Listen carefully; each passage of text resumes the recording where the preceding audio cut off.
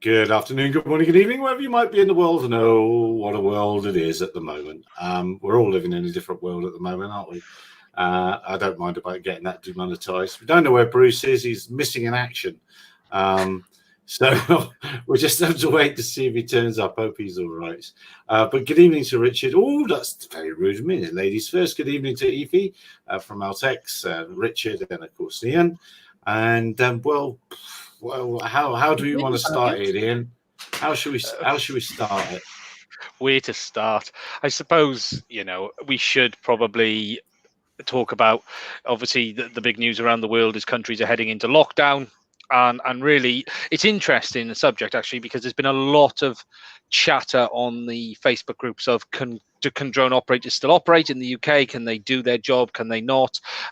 Even in the last 24 hours over here, things have changed. We've gone into a sort of lockdown. It's not the right term to say we are fully locked down, because if you go into the fine detail, it's really a retail lockdown. From a company point of view, they want all shops and pubs and clubs and stuff closed. But there's a lot of ambiguity in the wording, and the reality is you can still go to work if it's essential. However, they're not saying what essential is, who essential is. It's not really defined. And there's been a lot of chatter on groups of can a drone operator continue to do his business if he's self-employed, for instance, because whilst there is some protections in place for employed in the UK, there's still nothing for the self-employed as of now. So if those guys don't go to work, they can't feed their families, and I would personally argue that that's essential to them, if especially if they don't have a backup, if they don't have money in the bank to be able to fund themselves. So I don't know. Richard might not agree with me. Richard, being a business owner, would have been in the same boat as many people and trying to look at this. My interpretation of it is that I think some of these guys could continue to work if they, as per the government guidelines, if they follow the distancing rules, if they follow the minimum, no more than 2 people congregating together, if they were operating as a lone worker, really is what a drone operator is for the most part, most of the time. But it is going to be an interesting few days because the police are now involved. So guys are going to get pulled over and they're going to get questioned, and we're going to find out where everyone stands, really. A lot of times it's interpretation of the police too, right? Yeah. And I think, and this is, we're in a weird situation over here now where we've got this sort of lockdown, but you can still go to work. Most of us are working from home who can. Most tech companies are now working from home, but there are still service organizations and guys like commercial drone pilots who can't do their daily job from their house. So, and if there is no backup in place for them, is it realistic to say you must stay home? And it's a social question that there isn't an answer to yet. Well, that's what I was going to say. Well, at what point does that become a moral question rather than a money question? And it's difficult, isn't it? Because we're going into our proper lockdown Thursday midnight after last weekend, which I think has happened just about across the world. People have gone out and enjoyed their seemingly, we're going to get lockdown weekend, and they've gone nuts. And the government said, well, we'll tell you what. But we're hopefully kind of quite far ahead of the UK even. We stopped the schools 10 days ago now, and we stopped all the process a lot earlier. And this is just sort of tidying it up and confirming it. The military has been mobilized, and they've got, you talk about interpretation of the law, they've got all sorts of sweeping powers, which is a little bit worrying. But almost like martial law. Yeah, almost. But I've seen the op order for it, and it is, well, don't forget to be nice and all that sort of thing. So we'll see what happens.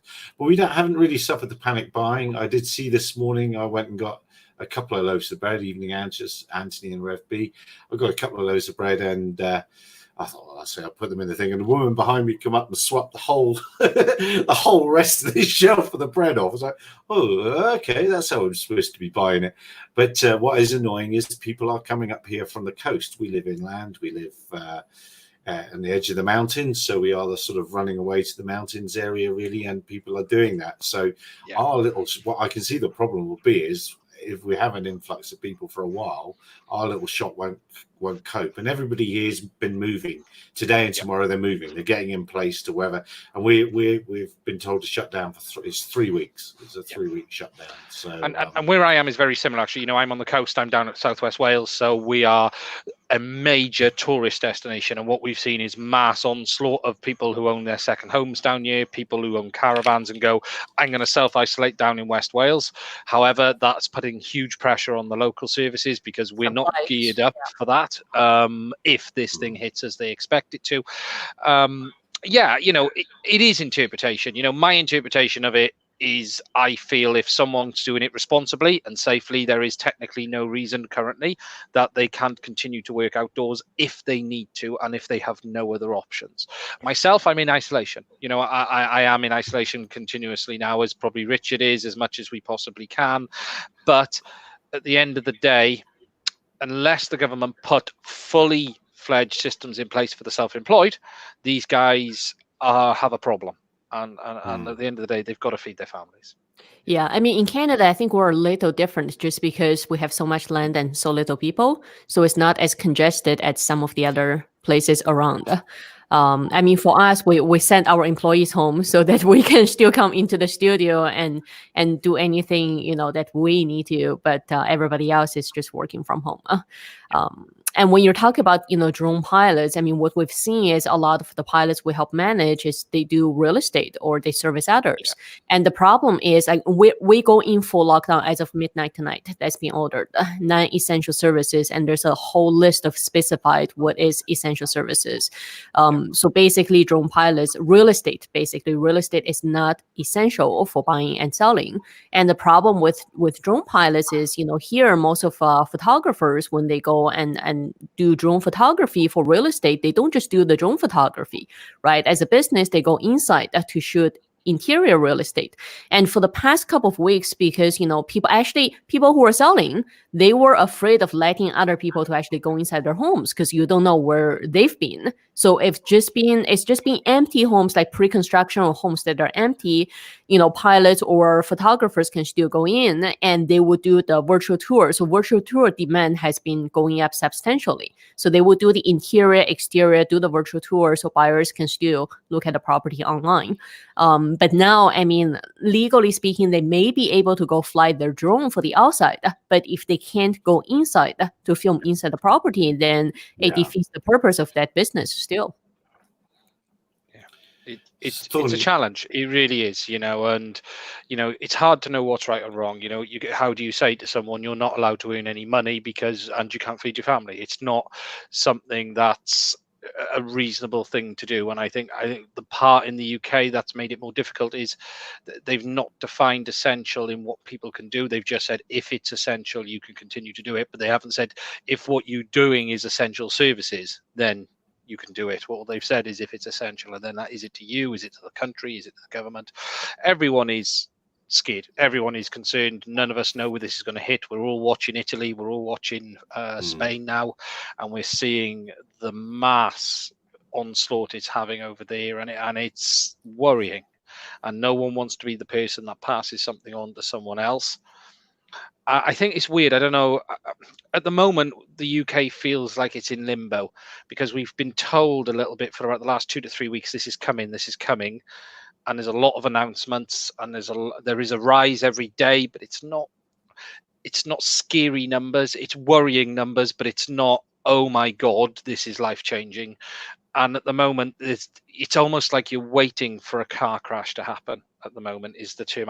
That's how I personally find it at the moment. But surely you can put the brakes on with. I mean, I think that's what we're all hoping here, because should it get into the population here, very sadly, there's a high prevalence of AIDS and TB here, and if it goes nuts in Africa, it'll go nuts. It hasn't yet anywhere in Africa properly, but our numbers are ticking up. Sadly, it has been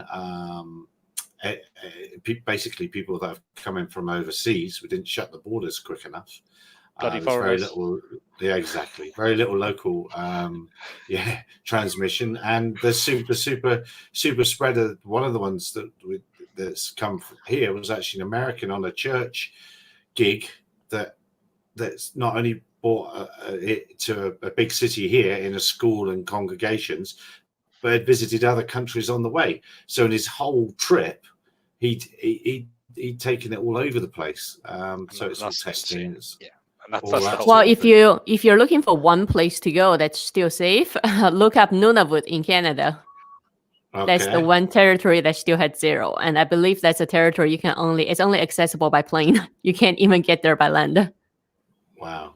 Yeah, I know. Well, there's no doubt there'll be places like Reading that you could go and hide, because if anything can survive in Reading, then it's got to be tough. That's right. You're very quiet there, Richard. You're not offering an opinion. I'm absorbing. I'm knee deep in quarantine, like everyone else. But we're classed, I think, as a historic market town, which is a very romantic way of saying what it really is, which is, I think a very, very large, typical suburban town, not too far from London. But people, by and large, weirdly, still seem to kind of be going about their business. There's a few less people on the street, and most of the people I've seen out today are doing their government allocated or allowed one amount of exercise every day. It can last 6 hours though, Rich. It can last. No one said how long it has to last, did they? That's true. I mean, I was thinking of taking up triathlon. I'm doing that daily just to get out. But I think we're going to see more stricter controls coming in very soon. But it's potentially good in some respects, right? I mean, we've seen a lot of panic buying in our area. God knows what people think is actually going to happen or what the symptoms of coronavirus are. But you can't buy toilet paper, you can't buy a kitchen roll or anything that resembles one of the two. It's just a very weird situation. But fortunately, I think we kind of read the writing on the wall a couple of weeks ago about what was coming, and as a modern technology company, a lot of what we do is kind of cloud-based anyway.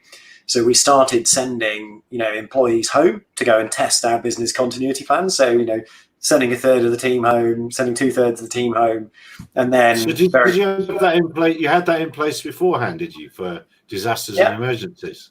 Yeah. So we very early on put together a range of different continuity plans. I must admit, when we were envisaging what might happen, I don't think we envisaged global epidemic, but actually a lot of the working practices still kind of make sense. So it was last week, very early on, I think it was Tuesday, that we officially closed our office to all employees, having tested it kind of the week before. And then we ceased doing all domestic and foreign business travel. And then we moved all of our international meetings, all of our local meetings to kind of Zoom calls, which by and large has not been too bad. But it's been really interesting having, big kind of commercial partnership meetings with other folks who are around the world, in their bedrooms and, corporate CEOs. And then all of a sudden the cat invades or the children invades. In some respects, actually, it's quite nice in that regard, because you're getting an exposure to the normalcy behind people's lives, and there is a real sense of connection. Almost. Exactly. Yeah. And in the other set, it's also very sad, isn't it? We're all stuck indoors now, and actually getting used to what is likely to be the norm for a good 3 months. I think certainly our initial planning is focusing on a 3-month period of certainly kind of strong quarantine controls. I think it's fair to say probably the peak is yet to come. But I do, my heart, as a business owner, my heart goes out to those folks who are self-employed, because it's just a tragic set of circumstances. I mean, there are a lot of the government kind of funding initiatives that have been put in even for businesses don't really help a business like Altitude Angel, in the sense that, we are not classified clearly as an essential service. Like, I speak to a drone pilot, they'll tell you otherwise. But in the true sense of the word, I completely understand that. So, But at the end of the day, the modern sky, sorry I'm jumping over you there, Richard, but the modern sky that people are striving for, you will be a critical service. And in actual fact, this is a great test of which UTMs can keep operating nicely in this current situation, because you're going to have, big emergency time in 100 years' time, you better have a plan when you are ruling the skies. I think there are pros and cons in every single situation in life, right? And I think one of the definite potential pros that will come out of this is I think around the world, very, very quickly, we've seen how dependent and how fragile our infrastructure networks are, particularly the ones that move people and goods. And actually, if anything happens to disrupt those supply chains, potentially at a time like this, there could be relatively catastrophic consequences. So I do think it's quite probable that all those big funds that were investing, big pension companies that invest in smart cities and future transport networks, I would think probably over the next 3 to 6 months, they'll suddenly start to mobilize and think, hang on a second, if we had a bit more automation in the system, not necessarily total automation, but if we were also able to do things like testing kits or pathological samples via air, then maybe we'd be in a slightly different situation. So again, I don't think there's certainly no short-term immediate opportunity, but we're working on a really exciting technology at the moment called Arrow, which I'm sure I will come on and talk to you guys about at some point. But one of the early discussions there is, we're setting up a very large and substantial automated BVLOS corridor here, not too far from our offices in West Berkshire. But we're currently having discussions to determine whether or not we could actually move that into the City of London, on the basis actually that one of the significant risks that there is normally in the City of London, which is high volumes of dense air traffic, is no longer there. We've seen like an 80% reduction in air traffic and an equally... Outstanding. Oh, it's a perfect time for testing. You're trying to do it now. So there are, like I say, there are pros and cons in every decision, and one of the aspects there being also we're, as a responsible technology company trying to develop this technology, we're also trying to gather evidence and record and prove that things works. And one of the things we specifically selected out here in Reading was we're in uncontrolled airspace and it's still pretty busy and there's lots of GA. It gives us a really challenging environment to work in. If we go to London, which is on pretty much lockdown, both on the ground and in the air, now we're in a slightly more artificial environment. So it's a really interesting way. Funny enough, from my experience of, again, jumping over, sorry, my experience of having to fly bits of controlled airspace back in my ballooning days, if I could get permission to go into a big chunk of controlled airspace and operate in it, it was easy because the airliners were just going down a path to the big runway and there was no general aviation to worry about, and the farmers were all happy because they'd never seen a balloon. So I used to fly a lot in Heathrow Zone. I used to fly from Tower Bridge, and that was a doddle. Apart from the buildings, you just had to miss the buildings. That was all, and they're quite. Because people follow rules when you're actually in controlled airspace. When you're in general airspace, you get all these people who just fly around, farmers flying in their little planes, and they don't always follow the rules, right? Yeah, exactly. So it's great. It's really good. Just talk to them on the wireless and you're away. Whereas where you are is a bit of a rat run to get around Heathrow and avoid Farnborough, the Reading area. It's a very busy bit of airspace. If you want to go east-west in the UK, you've got to skip around there somewhere. I hope that starts working for you because, of course, let's talk to Ife first. Let's get our courses out of the way because otherwise we'll monopolize Richard all the time. Courses, online courses. I don't need no stinking online courses. I know everything. Tell me about your courses. It's just to pick up a little bit on Richard's conversation. It's actually interesting because if you watch the stock market, and especially because I still have ties in China. So when the situation just got worse in China, which was beginning of February, everything was officially totally shut down. The stocks that were going up were online education, or basically all online training courses. And then if you watch the stocks in States, I believe the past few weeks, I think the one stock that's been really going up is actually Zoom, which we use Zoom as well. I think they went up by 50% a couple of weeks ago, and they still kept going up. In China, it's interesting. There was an online app because all the schools were asked to stop, right? That was after Chinese New Year. No one was returning back to school. And there was this online learning app, which all the schools asked students to use, and it's through the App Store. But it pissed off the students so much because students didn't want to. They were so happy they didn't have to go back to school. They thought they didn't have to learn. And then all of a sudden came around this app that actually, creates this interactive online classroom. And they were actually forced to learn from home. So students were so pissed off, they went to app stores and started giving 1-star rating to the app. So in another life, I teach at a school here, and that's exactly what I'm doing now. Luckily, we'd already rolled out Google Classroom, We were one of the first schools in Africa to actually have it, so that's fine. So they know what they're doing. But anyway, just making sure all the staff are really up to speed with it.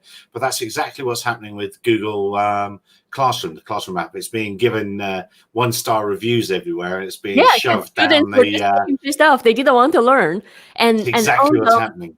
On the Chinese App Store, if the app falls below 2 stars, I believe, it's forced to remove itself from the App Store. Actually can have, so that's all the students were basically going on social media telling everyone, give it 1-star rating. We bring it down to below 2 stars and we don't have to use it anymore. That's fantastic. I won't tell our lot that. But I don't think that applies to Google and the iTunes store or whatever. But yeah, no, that's exactly happening, though. That is happening. Yeah, so we should. I mean, actually, our demand went up substantially for the past few weeks. I mean, we have our courses. Majority of our courses are online. I'm not sure if I can. Can I share my screen here? Should be able to. Yeah, should be able to. Okay, let me try. I can't Suspense is killing me. Are you able to see it? Here we go. Yeah, I've got to add. There we go. Yeah, there we go. So this is our flight field.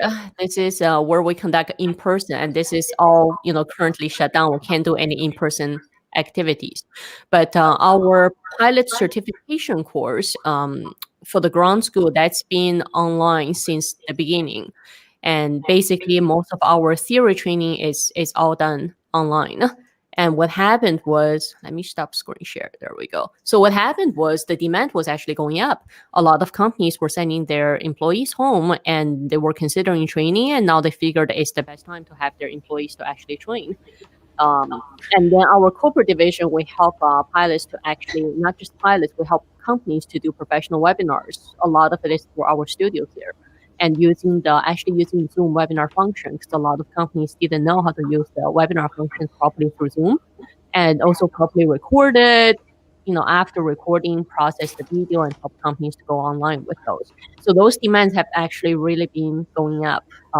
And we've been prepping to release our application courses for drones. So what we've been seeing last year in Canada, the big thing was certification, like official certification came out for pilots, right? Everyone has to have a certificate, just like driver's license. So last year, the whole move was basically a lot of in-person, because we do it's called a flight review, which is essentially, like a flight test.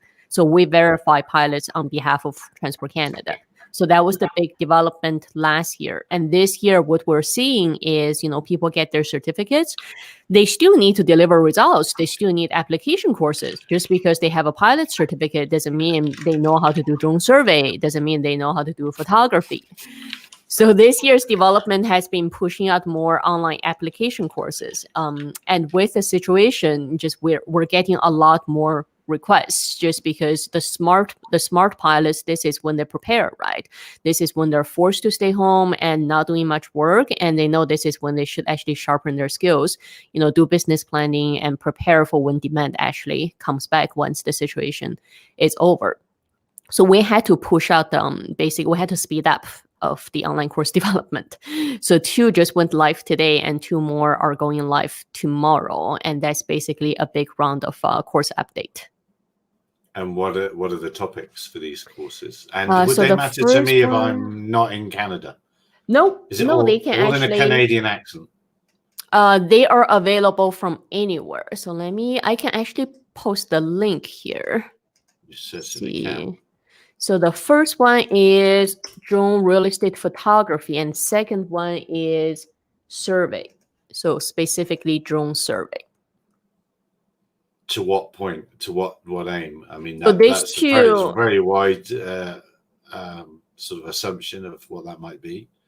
So just talk about kind of what our online training does, because my background is actually film production, right? So when we started getting into training, we were brought in by a local college to say, look, you guys used to build drones, you're doing filming, how about building some courses to teach other, film users? So that's how we got started.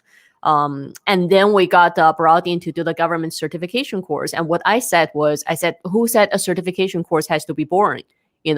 I don't want people to be taking a course because they have to. It should be they're taking a course and they're actually enjoying it.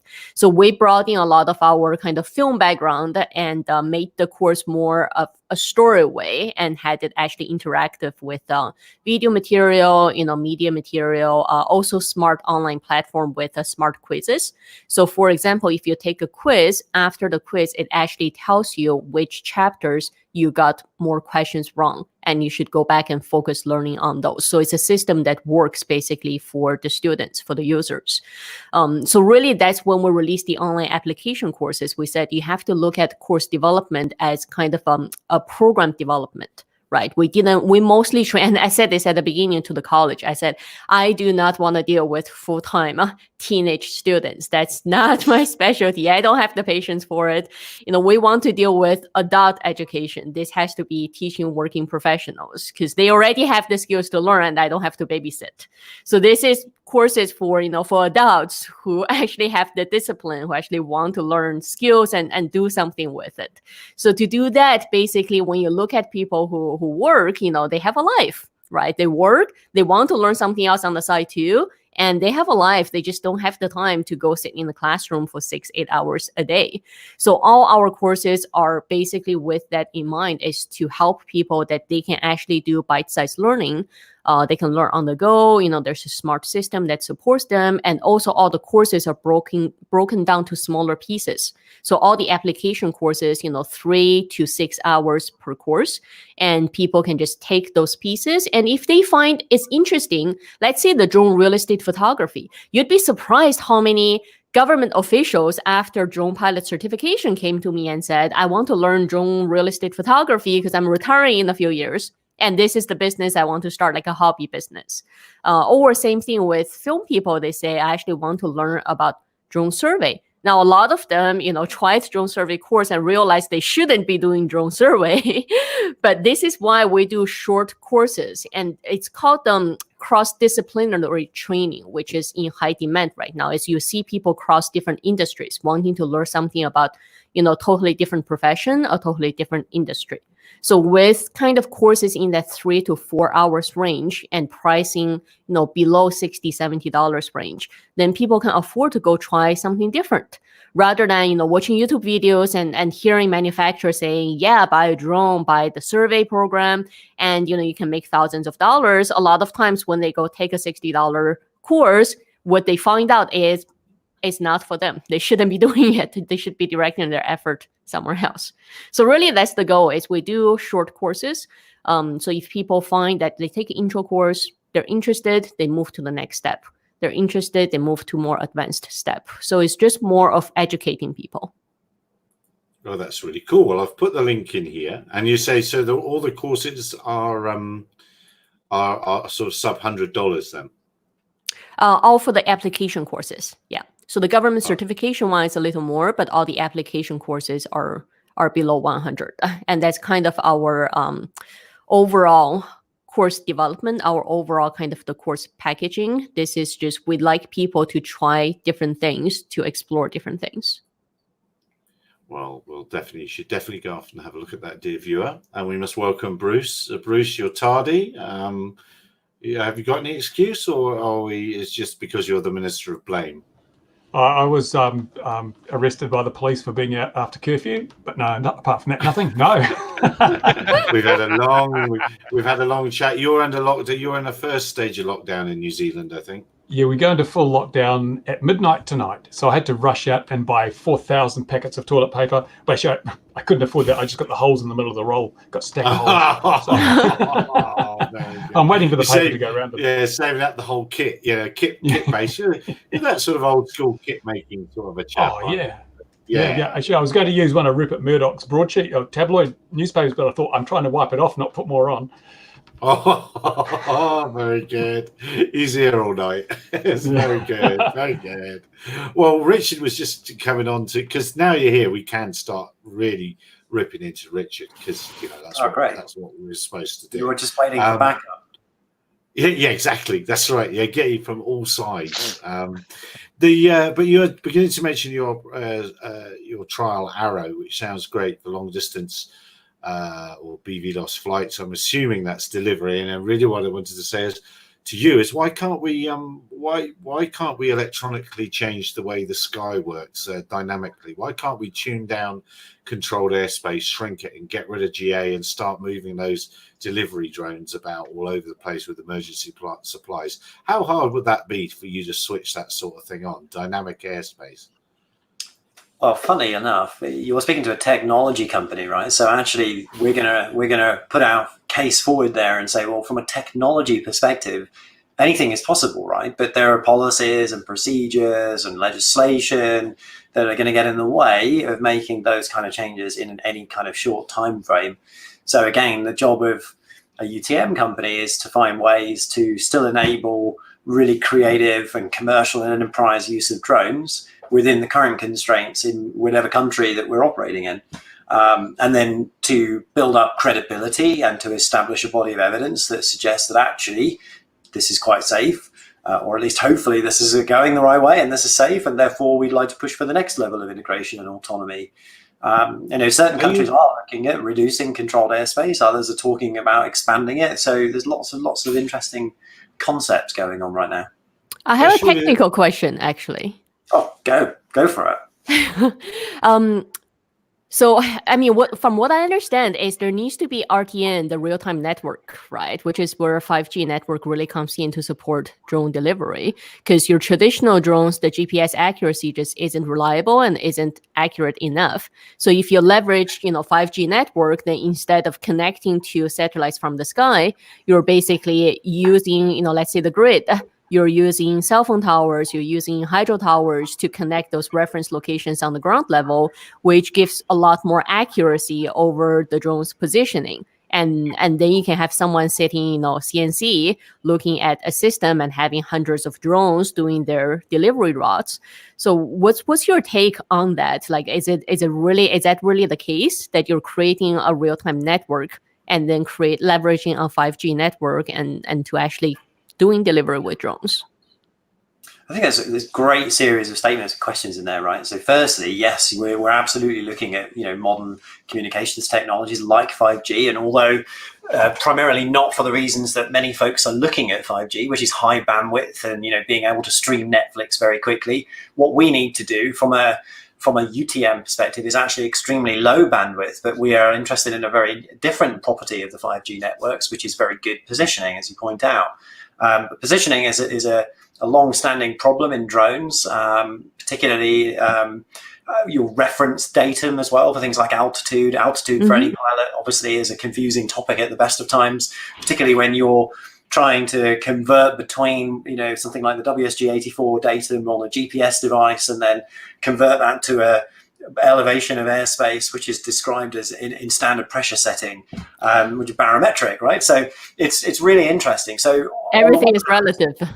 Exactly. And then let's not get involved in things like above ground level or above mean sea level and all of these other types of restrictions. So because ground could be where you're standing, or ground that could be top of a building. Ground could be so many things. It's a very challenging topic. So the way that we build our technology, and I think the way lots of UTM companies have to build their technologies, is to kind of be agnostic of the communications technology and actually recognize also that actually the operations which are likely to be approved are, for more complex type operations, like deliveries in urban environments, for example, or urban aerial mobility, you're not going to have one communication technology on board. You're likely going to have multiple systems that are independent and redundant, and therefore are likely to have different capabilities. So, for example, traveling around with a 4G or a 5G chip on board for your primary use case, and then having a satellite backup system on board should something happen with the land-based network. There's lots of interesting ways of mitigating the risk to a loss of signal and a loss of C2, depending on the type of and the nature of the operation that's taking place, and obviously the coverage that's available. So, for actually a couple of weeks back, I think we announced that we just begun, or just completed rather, a series of trials, what we call space-based UTM, which is a really nice way of saying we've actually gone ahead and updated our base platform to start metering and providing instrumentation around latency. which is a big problem for obviously satellite communication in particular, because satellites are very far away and the round trip time takes quite a while. But from a UTM perspective, you imagine that latency translates into distance traveled between instructions that are maybe given or things that you're able to send. So we have to adjust dynamically all of the routing algorithms that we have based on the latency of the connection to the vehicle and the communication mechanisms that are available and the type of service that's requested. And we've just managed to complete that piece of work for satellite providers now. So we're stay tuned for a few updates on the first satellite providers that will be plugging into that in a commercial basis. But why we think that's really interesting is not necessarily the commercial use cases today initially. This is going to be helping out in rural areas or in disaster areas where there are very, very poor or even no ground communication infrastructure available. So satellite may be your only primary communication mechanism. And if we can help early first responders like firefighters get a handle on what's happening in an earthquake zone or a forest fire or a flood-stricken area, that's exactly the kind of #DronesForGood use case campaign, which we think is absolutely worth supporting, right? It's very, the transformative power of drone technology to help people, in addition to making lots of money for drone deliveries, there's a societal great cause here, and it can be incredibly powerful, and there's equally an industrial one. So we think it's important to obviously support both, but to use the relative different properties of those different communications mechanisms uniquely within the UTM to still provide a good service. So what do you think about Amazon delivery? Is that happening? I love the idea, right? I mean, anyone that works with me in my office knows that I should have probably invested in Amazon many years ago, because I'd now be recouping the profits from all of my spending on Amazon effectively over the years. But I get daily Amazon deliveries. I'm a huge Amazon fan. But whilst I like the idea that you're going to have Amazon Prime direct to your house, I think we're unlikely to see that en masse and at scale in the short to mid-term, right? There are, Amazon's drones are incredibly capable, and their software and their services is incredible. But there are many more mundane things that are going to prevent the rollout of that than the technology. So, for example, if you happen to be my neighbor and I'm getting Amazon Prime Air deliveries twice a day, you're going to get very upset with the noise that the drones are causing, right? So you're going to get noise abatement laws and council and town planning. All of these things are going to start to prevent the rollout of this once the technology becomes much more approved and ubiquitous in terms of its use. So, well, the one thing they have to solve is, my dog loves every day just bark at the Amazon delivery guy. So if they're to go deliver in my backyard, I just know my dog is going to go run at the drone every time. So I don't know how they're going to handle that. They've been booted out of Australia. They've been booted out of Australia for noise. So and that was Google, of course. But we're a long way off from that, I think.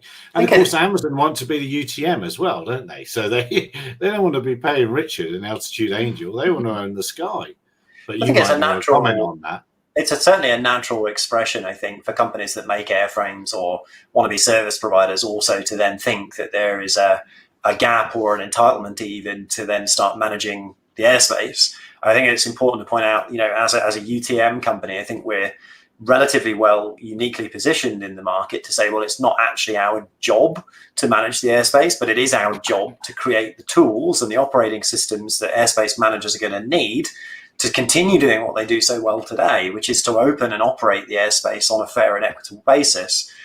So not naming names, but it becomes fairly obvious to point out the commercial conflicts that might exist between one large company owning and managing routing algorithms for traffic in a particularly dense urban area, and then what happens if a little startup wants to come in? Whereas, an ANSP or a national entity that is regulated is going to offer that service on a fair and equitable basis. And I think that has to be the route that we continue to look at. Selling off chunks of the airspace seems like an inordinately bad idea for encouraging competition and encouraging access to the airspace and getting this technology out there.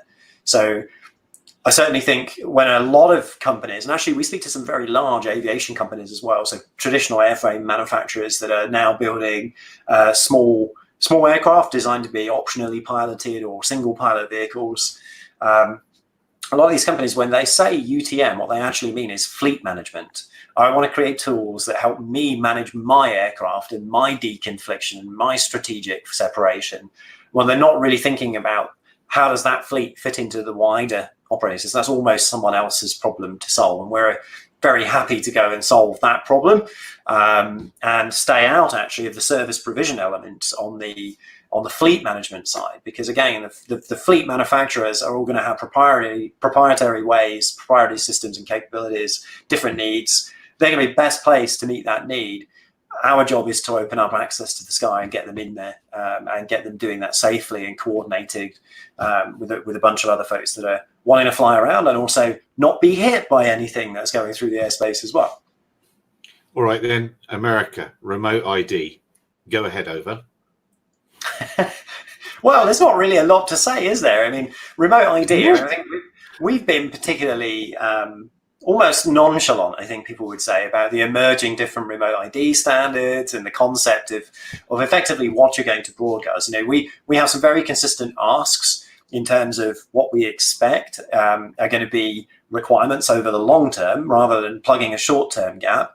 And certainly addressing the security of the broadcast system is absolutely paramount. So this is a direct dig at things like ADS-B being a viable option going forwards, and equally recognizing that the B is a capitalized B and it's a broadcast, and we also need a transmit and a receive capability as well.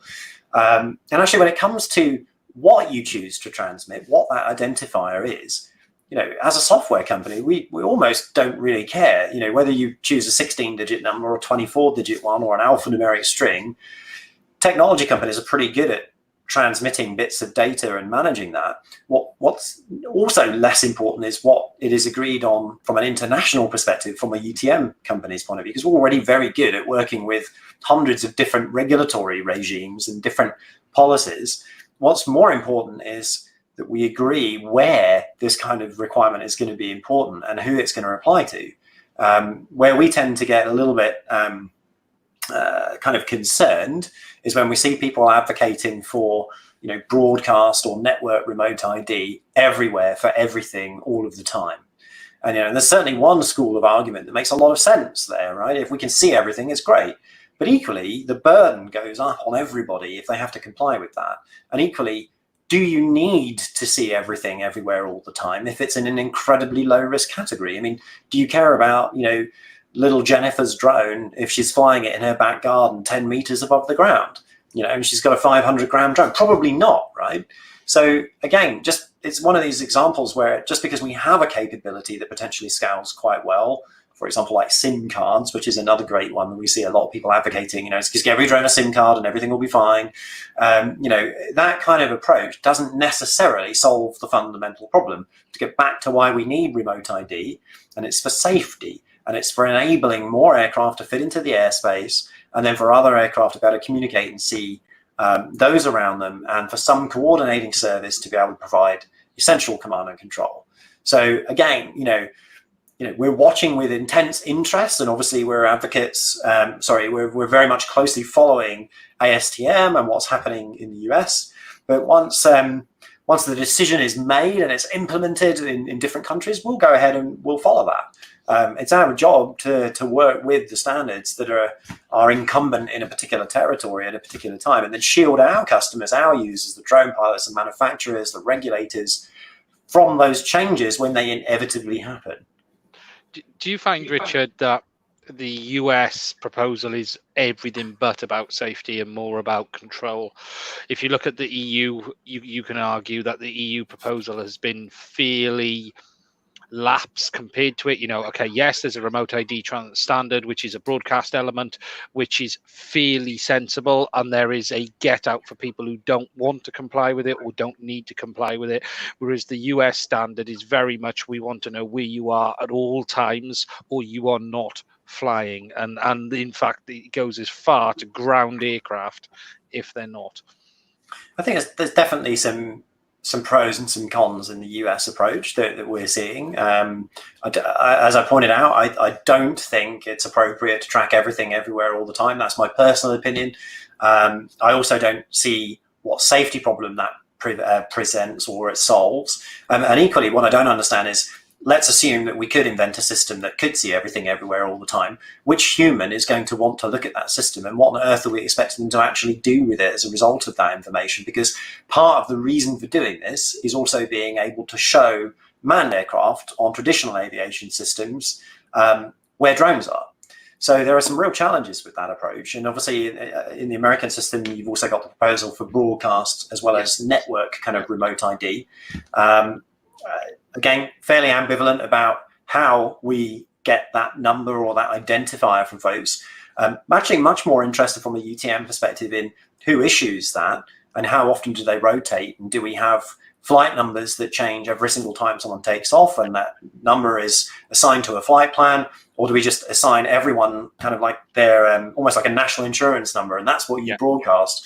You know, that kind of discussion is much more of an interesting one to us, because that plays much more to the capabilities that we have as a UTM company to be able to meaningfully improve the safety situation. And it is interesting when you... Sorry. Go on, Effie. So I was going to ask, what about enforcement? I mean, that's the same thing for manned aviation. When we're talking about controlled airspace versus uncontrolled airspace, just someone flying a small Cessna, right? So let's say hypothetically that remote ID goes ahead and great, you know, majority of the major manufacturers play along. Now, what happens when someone doesn't? When someone still puts together, you know, let's say a DJI Flamewheel F550, you know, put in their own little parts, flies RC planes, and those are the ones who don't play along. They're no different than, you know, those Cessna planes who just fly in uncontrolled airspace, right? So I think any point for all of this safety and management, if you have a percentage, you know, good chunk of percentage of people who don't follow, and then you don't have ways of enforce, then it's almost useless. Yeah, I mean, this is I was in Parliament, I think about a year ago, when we were having this exact discussion. I was getting grilled by some minister on one particular aspect, which was, you know, what about rogue people? What about people who don't follow the law? And, you know, respectfully, that's not my problem to solve, right? I mean, there are always going to be people who don't follow the law, but actually designing a system that, you know, is flawed because of those people that don't follow the law doesn't seem to make sense, does it? If we are accepting that there are going to be people who either by design and intent don't follow the rules, or who by accident genuinely make a mistake, then the system is not going to work. So we have to build in controls. And actually, one of the strongest arguments I've seen for remote ID, small letters, not necessarily remote ID American view, is actually being able to subtract from a known airspace picture all of those aircraft that you do know about that are following the rules, so that the ones that you're left with that you're actually able to sense using like a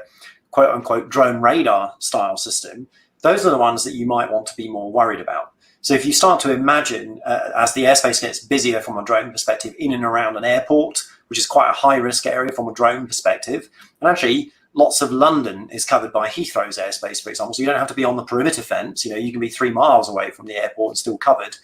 You know, what becomes really, really important there from the airport's perspective is to start allowing drone use inside that, for example, the CTR or inside that Class D airspace, and then being able to still offer a good service, security assurance effectively to their airline customers coming in and out. So if you have a drone system deployed at somewhere like Heathrow, and you're now seeing 50 drones around you because you've authorized 48 of them or 49 of them, how do you know which one is which, right? So you do need a system which can allow you to very quickly color the sky effectively with red and green. You know, these guys are rogue and these guys are good. So let's get rid of these guys. I know these ones are fine. I can phone them. I can ask them to land. I can communicate. I can SMS. I can manage the risk. These two over here are a problem. And this is the fatal problem I see with so many different drone defense systems coming on the market, is if your job is to detect things in the air, then you're only going to detect things in the air, right? You're not going to be able to say whether or not those things are good or bad, or whether they've been authorized or not. You need an interconnection to some other system that gives you that intelligence. So question is that there? I mean, can you detect the rogue drones in the air who aren't follow the rules?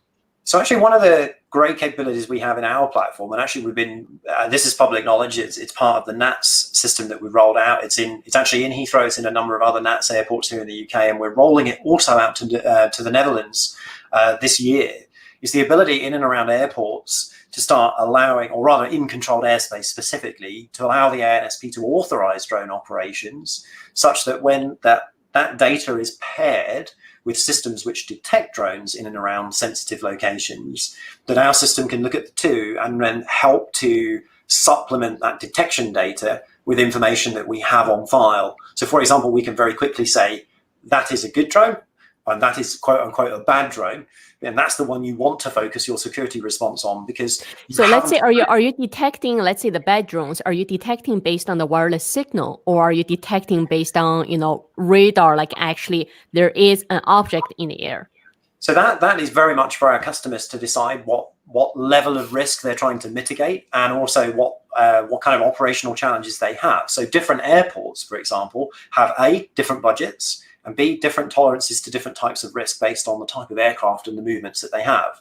So we have a number of plugins effectively into our platform that allow you to choose what type of sensor you want. So we've partnered, I think, with 7 or 8 different drone detection manufacturing companies today. So you have folks like Drone Shield spring to mind, and Blighter and a few others, etc. Also on the radar side of things, very specifically, there are companies that are building, defense companies who are building military grade detection systems, often repurposed missile tracking systems, actually, because they're very good at tracking small, fast moving things. How do they differ? Like, let's say if it's actually detecting the hardware, how do they differ a drone from a bird? So this is, again, I'm going to get outside of my area of expertise, but I love having these conversations with sensor manufacturers. And my understanding is it's all in the algorithm. The device itself, the sensor manufacturer, it's not hard to build a radar, so to speak. It's much harder to build a radar which has a degree of intelligence. And they call that ability effectively tracking. To be able to create a track of an object as it moves through the airspace as you detect it, and then to be able to look at the data coming off the sensor, which in some instances is so unbelievably high resolution, you can literally count the revolutions of a propeller, 5 kilometers away on something like a DJI Mavic, seriously high resolution, and then to process all of that data on the sensor and then push out track information.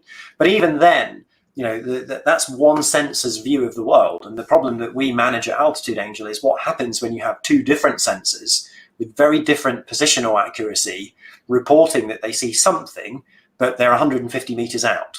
And you see this quite often, or different types of sensor, for example, some of them will give you kind of like an X, Y, and a Z coordinate. I can give you a bearing, a distance, and an altitude, and some of them can only give you the bearing and the distance. And it's our job as a UTM company to aggregate all of this data and correlate it and then assign a probability. And one of those data sets that we have also is the approvals list. So if we know that we're seeing a thing over here and there are a couple of sensors that see it and there's various different probabilities assigned with each of those sensors being accurate, we can then match that to a flight plan or a position report or an approval that has been properly authorized by an airspace regulator. Then we can help to reassure, for example, an aircraft operator, an airport operator, or a security responder that thing over there is not the thing they should be concerned about. It's actually that thing over there that we know nothing about. And that's typically when you start managing all of the aircraft you can communicate with. Those are the folks you move out of harm's way. So it becomes almost less about trying to get rid of the rogue. It becomes more about managing the risk of the rogue and then deciding what to do with it. So I think you're basically looking at establishing orders, building that infrastructure. So almost like building the highways in the sky. You're defining what's highways in the sky, what's local road, was what somebody else's privately leased airspace. That's their own property or anything like that. What's the timing? That's a lot of work. It is a lot of work, and we're really keen to solve the problem of giving folks who are going to go and decide what those regulations are going to be the tools to then implement. So effectively, we're the guys that come in with the tarmac machines, and we help decide, do you want a 6-lane highway or a 14-lane highway? Does it need to be time dependent, zone dependent, et cetera, rather than coming in and saying, this is how you're going to operate the airspace. It's our job to create the operating system that enables these decisions to be taken, and potentially also be taken on a very local perspective. It's very, very likely over the coming years in Europe, for example, you're going to see what's called a delegation of authority. So in some instances, you might get infrastructure companies that look after railways or power station infrastructure. They may have some local ability to influence what happens over the airspace up to some altitude over their facilities. So again, what we can't do is fracture the management of the airspace. Because we end up... Sorry? So Rich, but how could that be? They don't have that authority now, other than a thumping great danger area around nuclear power stations. If we go down the road of letting railway companies saying, my survey drone's coming through, everyone else get out of the way, is that really something that is quote unquote on the radar? I love this industry because you cannot avoid the puns. Will this idea fly? It'll never take off. But who knows, I think, is the honest answer, right? I mean, it seems logical in some respects that the next step is for industries who you already have to obtain additional permissions from if you want to work there from a safety perspective. There are lots of good drone operators who will go and talk to someone like Network Rail or Deutsche Bahn about an operation they want to conduct over or within the railway. So why not delegate some of that permission in the future if it means enabling greater use of that airspace, or even, for example, enabling almost a vertical corridor above that linear infrastructure, which, guess what, is already pretty well shielded from things like cars and other pedestrian traffic, and then enabling early BVLOS corridors that match that infrastructure. There are already very enterprising highways, or I almost said highways agencies, but that's giving a lot away. But there are certainly lots and lots of road management authorities around the world who are already looking at whether they can do that, or whether they can do that on the sidings effectively of those roads. So again, UTM is really interesting because there's a technology problem which is pretty easy to solve. There are still some challenges with that, but by and large, the bulk of it's the easy part. But understanding how you want to use it and how you want to get people from where they are now to that vision that most UTM companies focus on, which is like 20, 30 years from now, when it looks like the opening scenes from Futurama, there's millions of aircraft flying around. How do you go from where you are to that without, shutting down the airspace and suddenly getting everyone on the same stand? You can't. We're in the real world. So that's one of the big challenges we're really focused on, is creating technologies which can help do that. We call this using the training wheels at Altitude Angel, right? It's important to show that you can crawl before you can run. So you have to crawl, walk, then run. And aviation regulators, guess what? They love this. This makes sense, right? Because you can prove the safety of the system over a period of time in a controlled way. So again, you've got to look, I think, for those analogies and those similarities with what. So you basically have to select. You have to pick. A country or an area to test, to prove. Where did you pick to start? Where are you starting? So unsurprisingly, we're starting very close to home, but actually we have a couple of international test locations at the moment.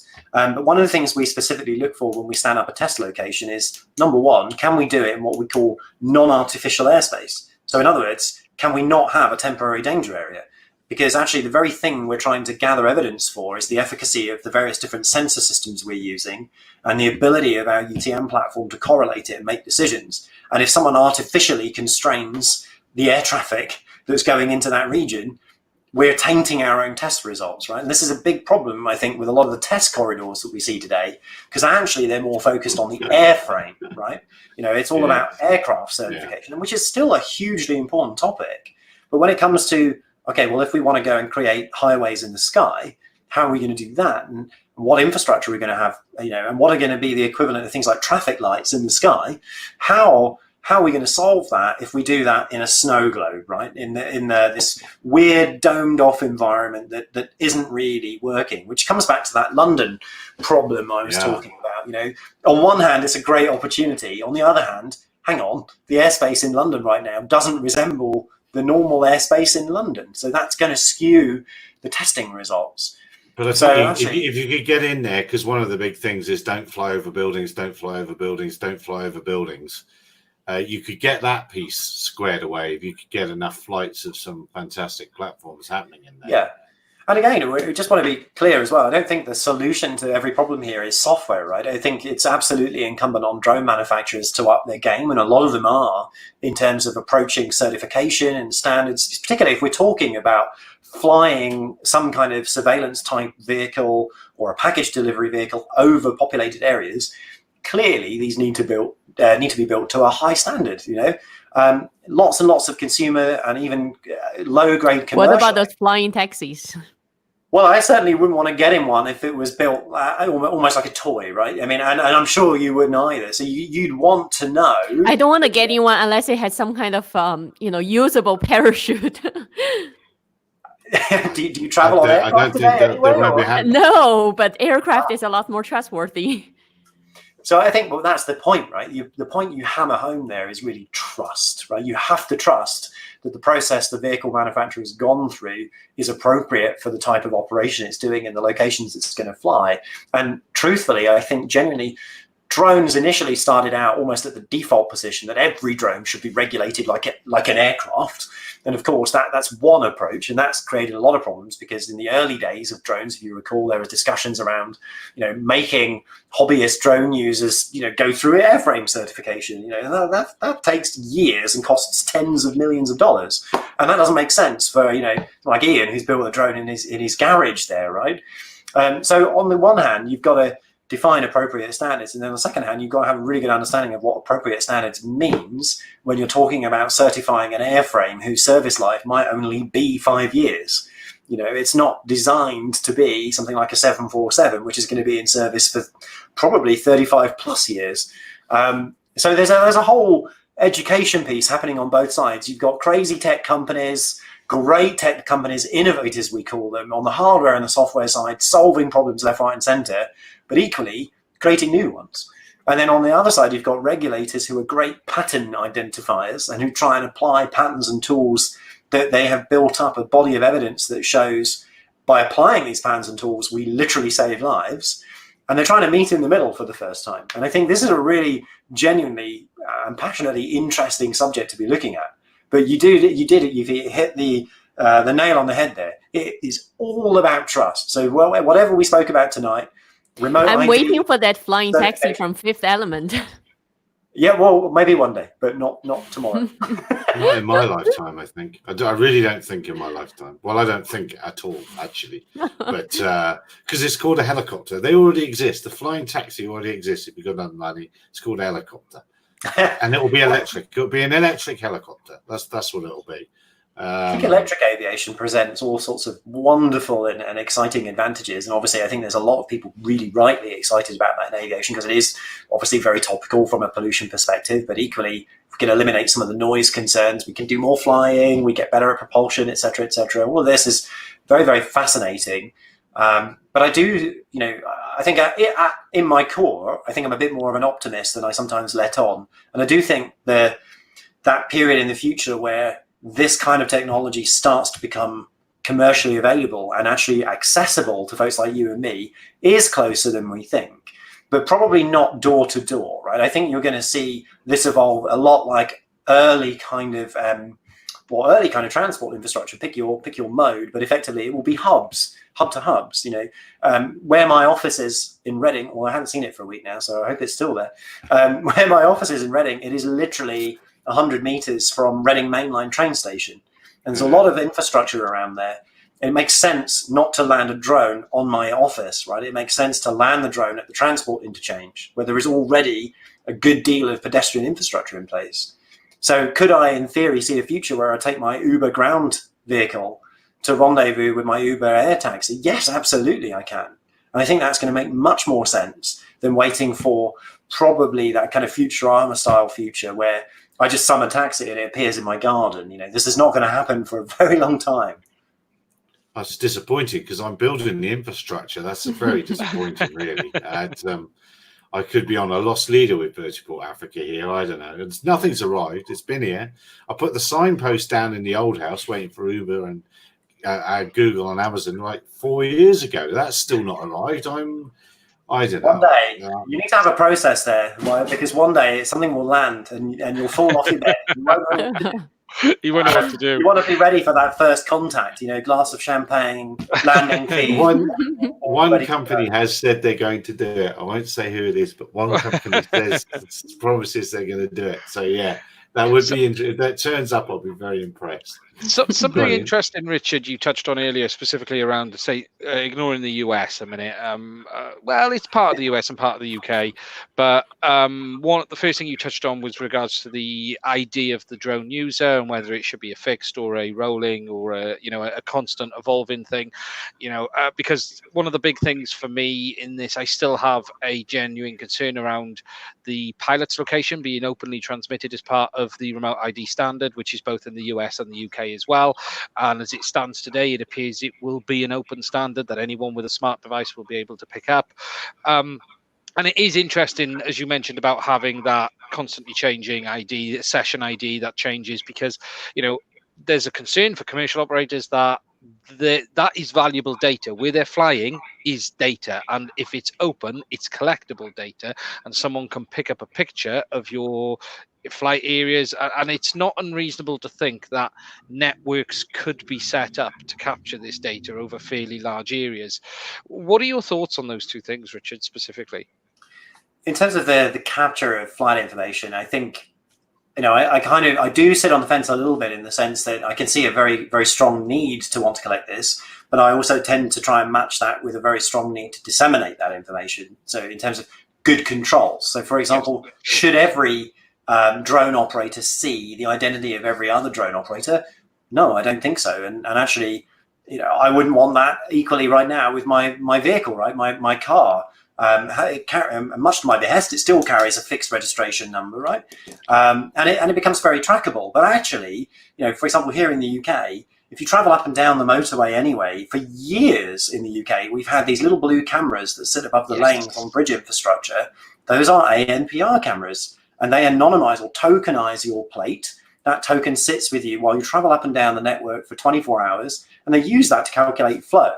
So, there are sort of approximations and facsimiles of this in other walks of life, but equally, do I think it's appropriate that that the identity of the pilot, or rather the location of the pilot, is broadcast? I think it's a really good question, right? Because if I look up and I see a plane, I know where the pilot is. If I look out and I see a bus driver, I know where the driver is. If I see a drone, I have no idea who's flying it. Do I need to know who's flying it? I don't honestly know. But equally, I know that someone might, and it's probably a police officer. It's probably not, Joe down the pub, right? Because people react differently when they have access to information, and perhaps they shouldn't have access to that information. So certainly, when we have our registry system, we have a very strong concept of the data belongs to the person who submits it first and foremost, right? And actually, we do our utmost to share the basic safety information. So there is a drone here, as opposed to, here is Ian, and here is his drone, and this is his flight plan. It's very, very different.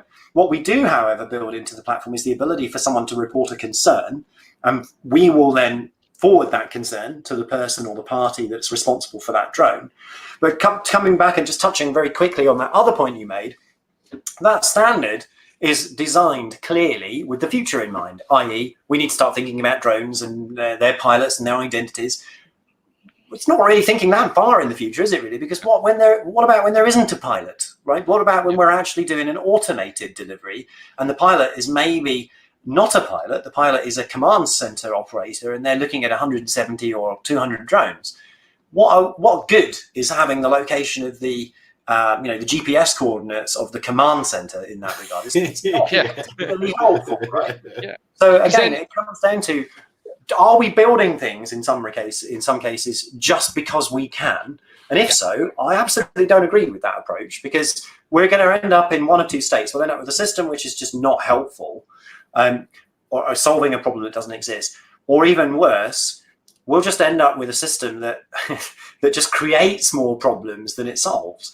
And who wants to repeat the mistakes of the past, and who wants to just catapult those into a future transport system? Hopefully no one. And if we can agree on that, then it does call into question, doesn't it, a lot of these standards. But and it's interesting. The driver for a lot of this stuff. That's the problem. And it is, and this is the problem. My concern is, if you take a commercial operator, number one, if the public can see where he is, it changes how you operate, because you then have the whole, are you able to secure your area? And I actually have I don't think you could operate as a single entity if that's the case, because at the moment, if you're a single operator out in a field in the middle of nowhere, the chances of a landing area encroachment is fairly slim. From a risk assessment point of view, you're somewhere that only limited numbers of people know where you are. It isn't a public place. People aren't going to know you're there. However, if you are flying in a location like that is close to housing and they can see where you are, next minute you could have 4 or 5 people wander into your area, and it changes how you operate. Further to that, but it's as you say, is that data necessary to be able to ensure safety? And my whole argument is no. If we had a system where there was a session ID, that session ID then can be uploaded by law enforcement to provide the information that they then require if necessary. But should that information be disseminated out to everyone all of the time, it is a worrying thing, because as you say, your car reg plate, I can read your number, but I can't tell who you are publicly. I could put it into the DVLA and they would tell me the make and the model of the vehicle and the color, but they would not provide me with any further details other than that. And it's a genuine concern that this home location seems to be the number one thing both sides are pushing, the EU and the UK as well. Yeah, and I think the driver for that, as we've said, is enforcement. But again, I think if that is the driver, then there are secure mechanisms available that provide authorized officials the ability, either retrospectively or in real time, potentially, to query that information.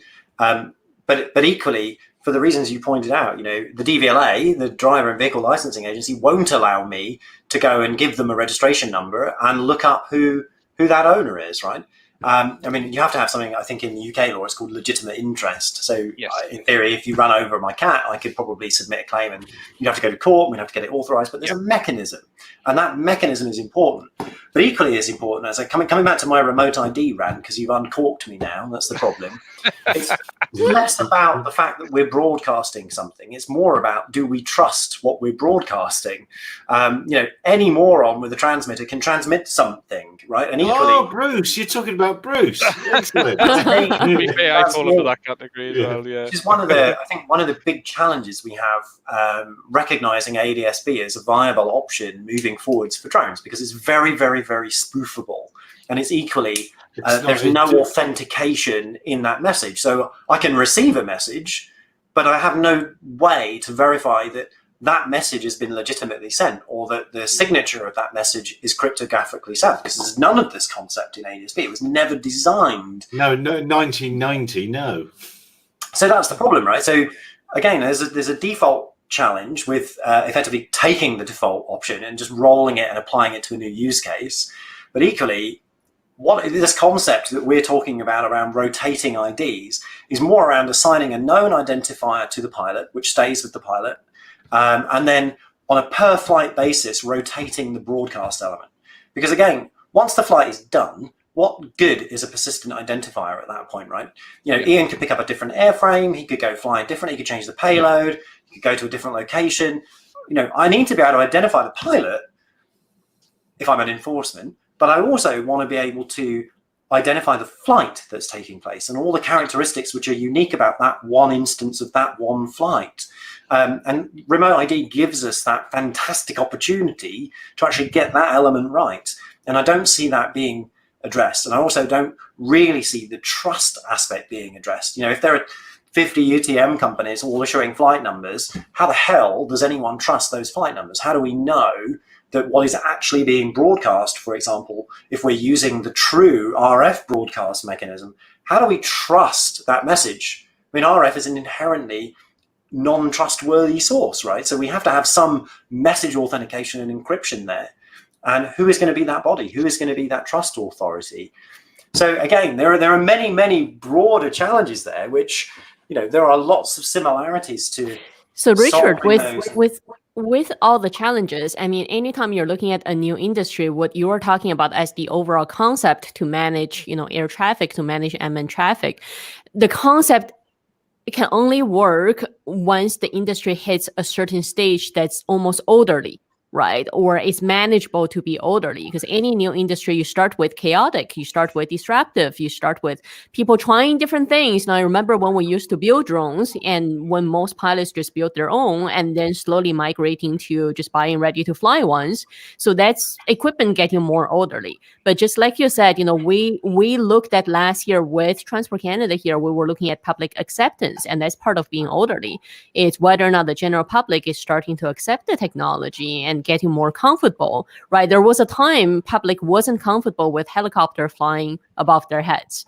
So, I mean, with all the challenges, with all the different parties you deal with and governments you deal with, how close are we of the industry getting actually orderly? I think the industry is being subjected now to some fairly stringent regulations that are being proposed, and still have a fairly lofty time frame over the next couple of years where they kind of ramp up. But the industry today, I think you talked about disruptive and competition, etc. Competition's the primary word right now. Folks in the tech industry are used to competing and trying to race to build new standards, and this is the problem. In aviation, collaboration is the only thing which has resulted in the kind of access we have to the sky today. So you do see, I think, some of the more sophisticated and some of the more genuine technology companies coming in, trying to solve those problems through collaboration. But equally, there are some elements that don't need to be well collaborated on in order to go out and do those things. We need to have an agreement on what are the basic problems we're trying to solve, and then an agreement on how we're going to exchange the information to do that. We don't necessarily need to all have exactly the same implementations to manage that. And I think what the industry does also need is a little bit more thought and a little bit more guidance around how much are we going to rely on vehicles themselves autonomously making decisions about what to do next, versus how much are we going to require some kind of orchestration service to exist, almost a broker. And there are genuine models of advantage and disadvantages for both. But I remind folks, as I do when I go and speak to aviation regulators, the very basis of aviation, ever since aviation started, was for me to tell you where I'm planning to fly and for us to agree before we go not to try and hit each other, right? That's a good plan. It's called plan to avoid. And the problem with autonomous systems is, particularly if they're not connected and not operating to the same operating parameters, is you will get very quickly an emergent behavior in that network where two drones from different manufacturers each try different avoidances, and in the process get in the way of other things. Then you have a ripple effect. And now what you have is the exact opposite of a planned and orderly management of the airspace. You have chaos, and chaos and airspace and safety don't go well together. So having an orchestration service makes a lot of sense. And actually, I do believe a lot of the arguments against the orchestration service, for example, I am the owner of a very large drone company or a very large tech company that's become a drone company, and I don't want other people knowing where my drones are going because that's commercially sensitive. That's not a good excuse. Multi-billion-dollar airline companies share the location of their planes and actually openly broadcast them most of the time. So we have to get an understanding of what are the main problems, how are we going to solve them. And I think there is now, as I say, there's a small a cluster of more mature, I think, UTM companies coming together and saying, right, okay, we've gone through this phase of competition. It's become very, very clear who are service providers and who are not. What we've got to do now is actually get on and take some leadership here and start exchanging information. And, I do recall, it's going back 4 years, we built a service called UTM Exchange. We've retired it since on the basis that we couldn't get another UTM company to start exchanging anonymous flight information. and the whole principle for the service... So you can't collect enough data. Oh, well, no, the problem I think there was either there were sensitivities that other UTM companies were concerned that maybe they're going to get shown up for how little flights they actually had in comparison to how many they were saying. I think that's a genuine concern. But equally, the problem was if we each have UTM systems and we each have a subset of customers, let's just say there's 100 drone pilots and company A sees 50 of them and company B sees 50 of them, then when we each display a map to our own customers, we can only show them the half of the sky that we know about. And that's a crap situation, right? We need to solve that problem, particularly if we want to start doing more complicated operations like autonomous operations. So this was the whole premise behind UTM Exchange. But we couldn't get other UTM companies couldn't get the traction on it. Because of the competition. Yeah, exactly. So, but is there no? So tell me then. Sorry, I'm thinking now. But tell me, there must be a common data exchange between the UTMs right now. How many UTMs are there? Well, again, this depends on your definition of a UTM. From a UTM service provider point of view, I think there are a few that would stand out.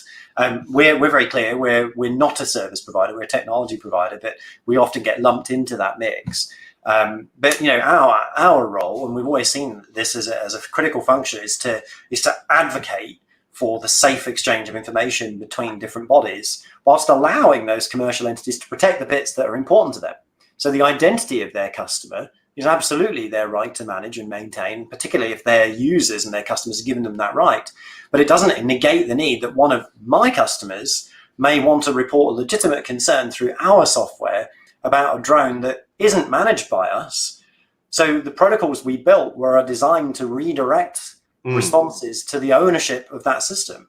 And that way you protect and preserve the commercial sensitivities. But actually, I do think at that time, there was a lot more of a sensitivity around, actually we're putting out press releases saying we've got 1 million flights, and actually we've got 10. And I think that was the primary reason that a lot of folks didn't want to do this. But what you've seen now is a real understanding, I think, and an evolution of that concept where actually the regulators have woken up and said, what we need is a FIMS, we need a flight information management system. And actually that is your UTM exchange, right? That's one of its functions. I think the European term for it today is now a CISP, or a common information service provider. It's a logical service that sits somewhere that contains a view of the sky. And either everything gets submitted to that, or everything eventually synchronizes to that from lots of different siloed systems. But either way, we achieve what we need. And from a technology perspective, most true enterprise architects, technologists will tell you, it doesn't really matter how we achieve that. It matters that we agree that's what we need to do, and then we get on and do it, because there are tons and tons of protocols and systems which exist to help do this kind of workload. What about on the business planning side? Where is the source of revenue would actually come in with UTM companies? Is it drone pilots, drone manufacturers? Like on the road, if I go get a car, I pay annual license plate fee. What happens with UTM? What's the business plan looking like? Yeah, I think it's interesting. I think a lot of our competitors are focusing on the pilot, and then secondarily the manufacturers, and then possibly wading into ANSPs, et cetera. We're really clear. Our customers aren't drone pilots. Our customers are folks who need access to really rich quality, high quality data, and they need that in a kind of electronically manipulatable form. So that's drone manufacturers, folks building flight planning softwares, etc. And then equally, giving ANSPs, giving aviation authorities the digital infrastructure they need to start offering services to this new community of airspace users in a way that is integrated with their sometimes quite old and outdated, but very robust and very safe aviation system. So we differentiate by being a UTM technology provider, and we actually do provide a lot of our core APIs to other UTM service providers themselves. So those guys are out delivering services aimed at drone operators. And I think that's where there's a bit of a problem, I think, in the fullness of time for those kind of companies, because unless they can figure out how to enable their services to be collecting revenue from automated traffic, that's going to be a real big problem. But again, our business model is very, very different. Cool. So look, James is in the comments, so we better answer, else we'll be in trouble. James, first of all, and then we go Patrick, says, how resilient is the centralized, secure and resilient is a centralized architecture for a UTM core? I think the question you should have asked there, James, is how secure can it be?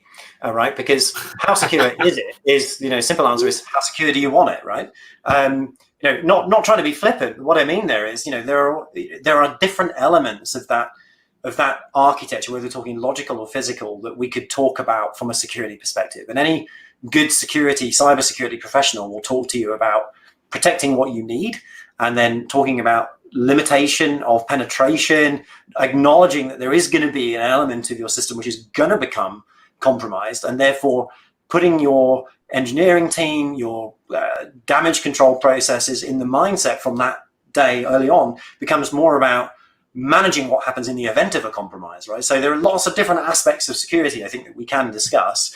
I think we could probably have, and I would love to actually, and we're talking about doing some UTM webinars at AA very, very shortly. Maybe we address security as a topic, because I think as a topic, it's massively broad, and there are lots of different elements that we could talk about. And I think we could spend a long time on any one of those things. But I'm really, really passionate about security, particularly in IT, in technology, but equally in the systems that are dependent on that as well, which not often are software based.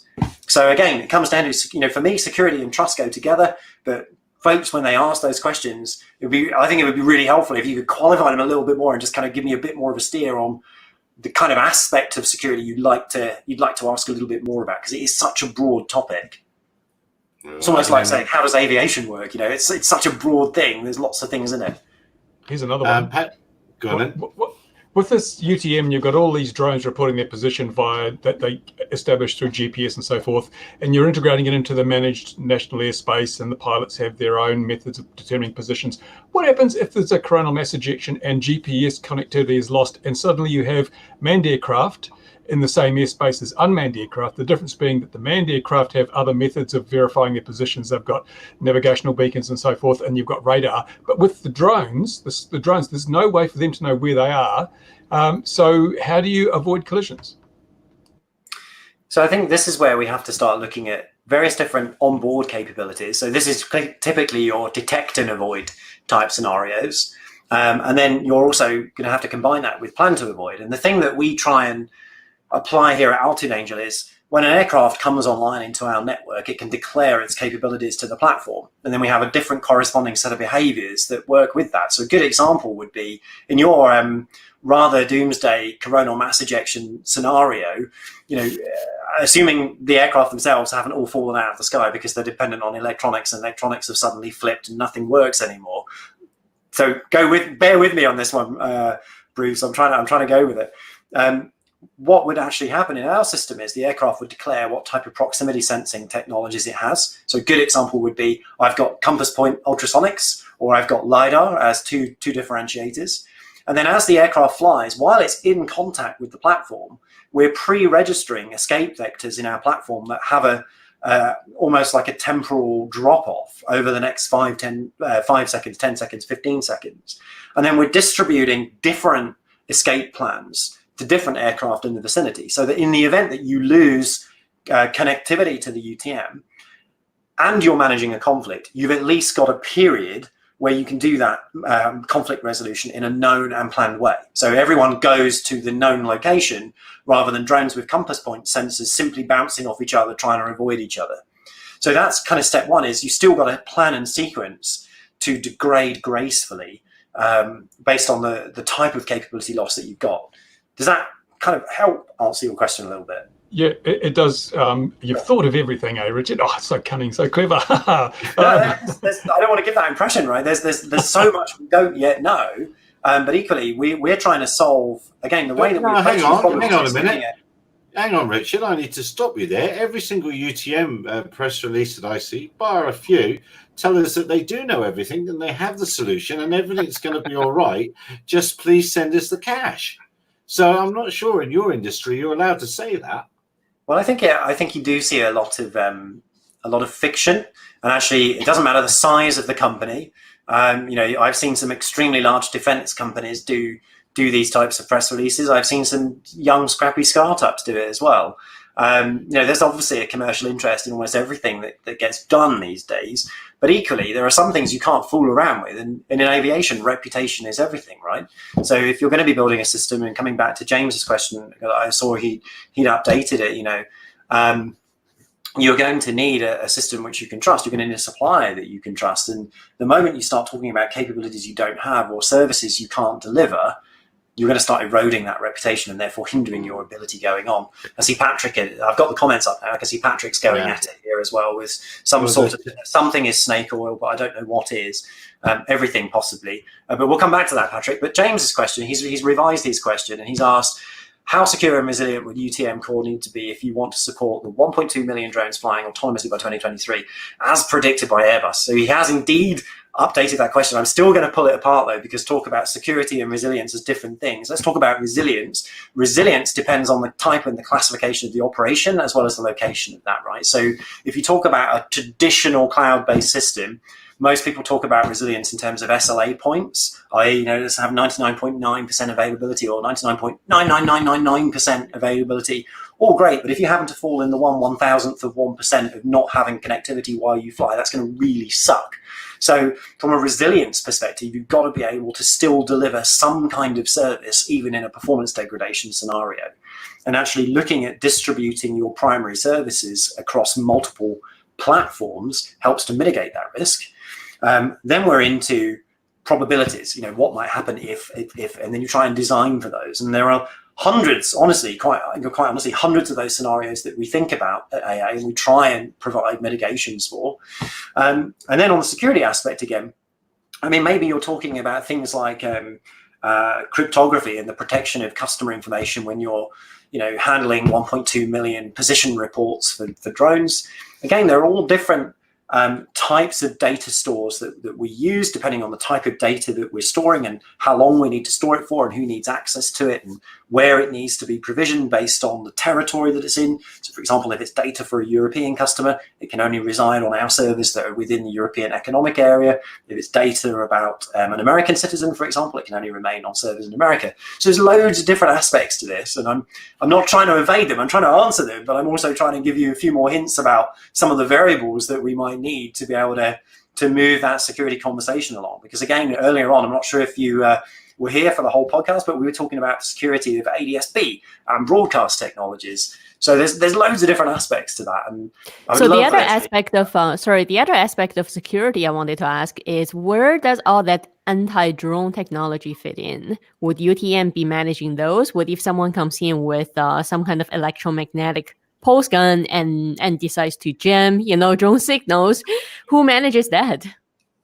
I think that's a great question. It's not up for me to provide the answer to that. But what I would say is, I think it is the job of a UTM company to supplement the capabilities that are in drone detection systems. And certainly any drone system that has what we call an effector on board, i.e. it's got something pointy or explosive on the end of it, which you do see some defense companies now thinking about, then surely there should be some kind of stringent requirement on those guys to have access to a central repository of legitimate operations in a much more semi-real-time fashion than typically would be allowed for under other circumstances. So I think it's incumbent on the UTMs to think about cooperative and uncooperative traffic as equals, but equally there are rings and boundaries around that where the UTM company stops. We, for example, we don't get involved in building systems or software services for what we call effectors. And there's a real legitimate reason for that, which is effectively there isn't enough conspicuity in the airspace today, and there isn't enough ubiquity of that flow of information about authorized operations to make a legitimate determination about what you should shoot down, particularly if it's at low level. And then, of course, you get into this whole wonderful world, which I've been exposed to and try and steer a little bit clear from these days about what and where are you allowed to fire things? We've seen lots of electromagnetic jamming weapons or systems. I don't know, and I don't know if anyone else knows what the effect of jamming those unlicensed frequencies are at such high power in a dense urban populated environment. Someone's got to test these things right before we authorize them for legitimate daily use. And maybe drones is the least of the concern.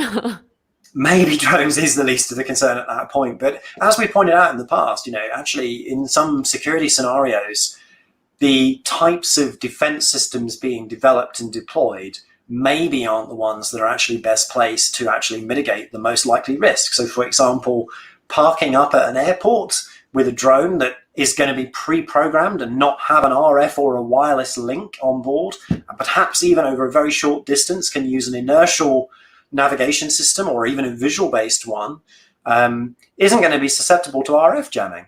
And spending, €500,000 or €1 million on an RF jamming system isn't going to help in that case. And I've had some very interesting discussions with very, very high up, in not just our government, but in European government ministers for security, where they just don't understand actually that not all drones have a remote control, right? And I think that's a really interesting paradigm. There's still an education piece that's got to take place before you're going to have the effective, how do we manage the security response? And again, it's understanding security isn't a situation, right? It isn't one outcome. It is a whole spectrum of different outcomes. And being secure is having a good response for a vast number of those, and a good plan for what happens when you encounter something that you're not expecting, and having a robust process for managing that. So, and especially with weapon, it's not always the authorities using the weapon. If there is some kind of anti-drone device, it could be somebody else using it.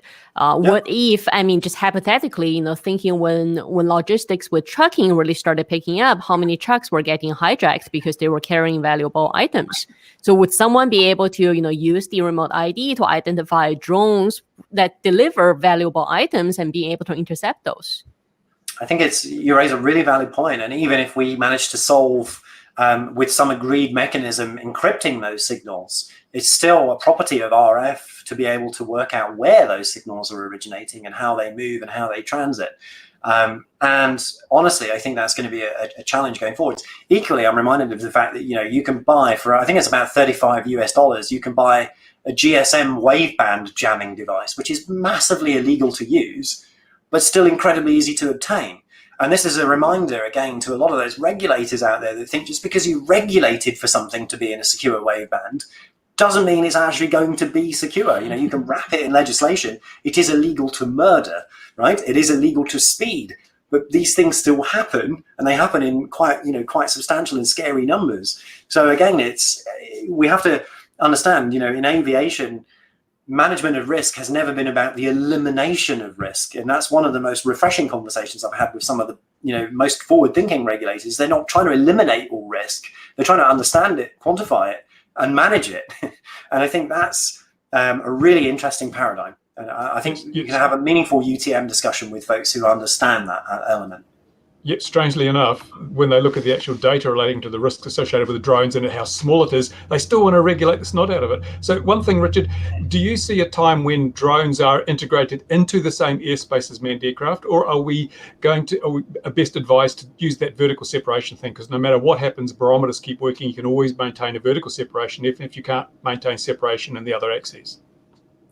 I think given an infinite length of time, then that's the eventual conclusion, right? I don't see that happening in the short to mid-term in very dense populated areas, or even for the types of use cases that, the likes of, and I'm picking on big companies here because they're big and faceless, companies like Amazon, where they're doing the right thing, they're thinking about the future and they're demonstrating that future capability, but they're not really going to be able to en masse deliver to my house in the next couple of years, right? So we're looking probably at decades for that kind of capability to come in.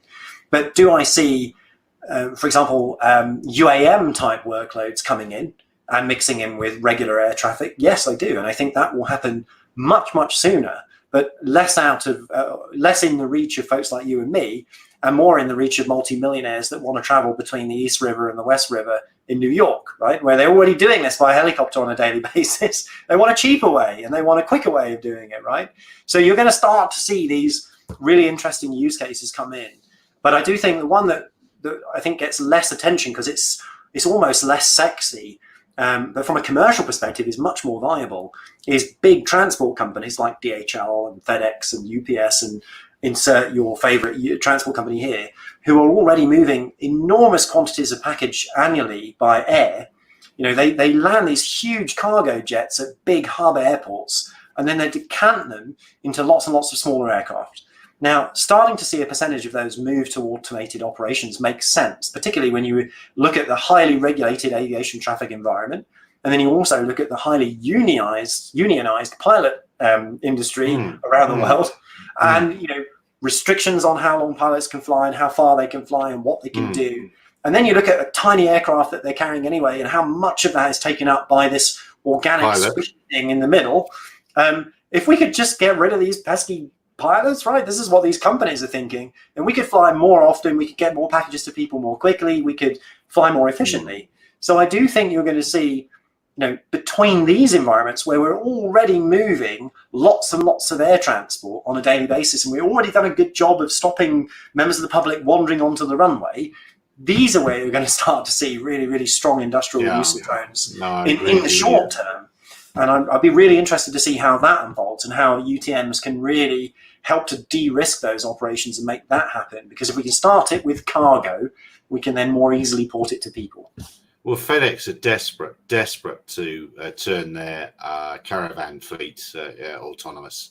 And the next version of the caravan, which I can't remember what it's called, there's a single and a twin. The twin is to replace the Twin Otter. They're both aircraft are pretty ready to go to be autonomous or optionally piloted out of the box. I love that term, optionally piloted. Yeah. So they're ready to go. And the Diamond DA-42, the Centaur, when it comes from whoever makes that is driven through regulated skies by somebody who's got to drive it to get it there. But when it gets into theatre, he gets out everything that's needed to turn it into the autonomous surveillance aircraft that it is in the back.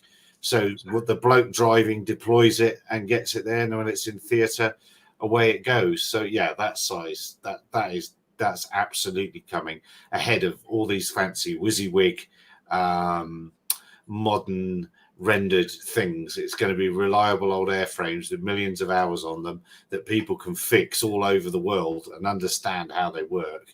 And as you say, they've just taken the meat out of the equation.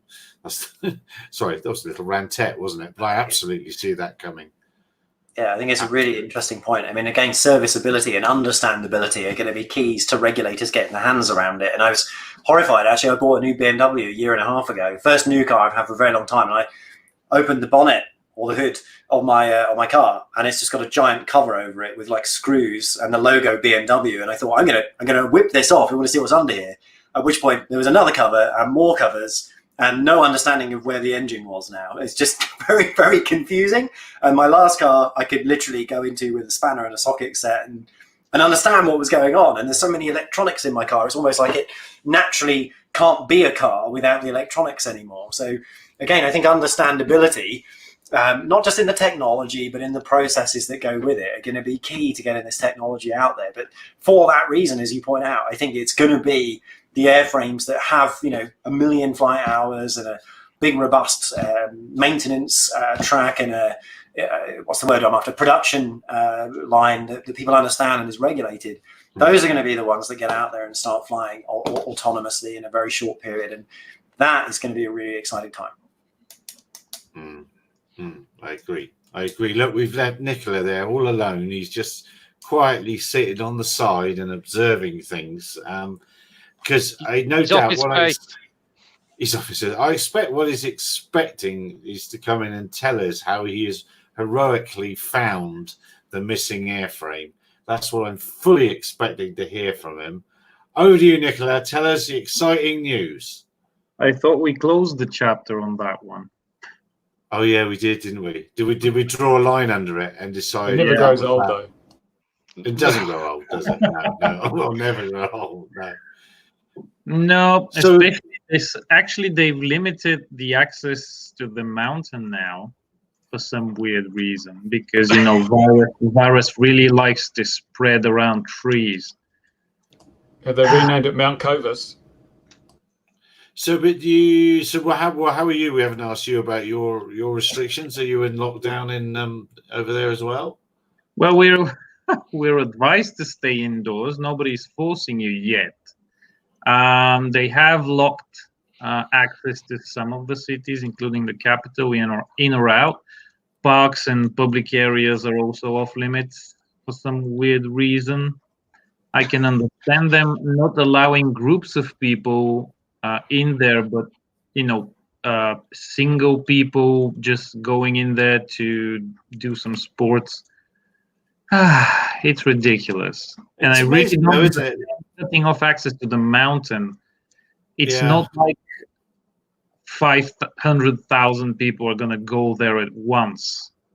But it's not like you were ever up there yourself anyway, other than these couple of little rescue missions. You've always been 20 kilometers away. Exactly. What an amazing time this is, isn't it? All around the world, we've all got the same problem.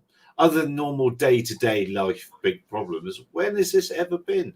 When has there ever been a problem like this around the world other than the big wars? It's quite a thing, isn't it? It's got very deep, Gary. Very deep all of a sudden. Well, yeah, no, it's just It's that time of night. This is not the live stream I signed up for.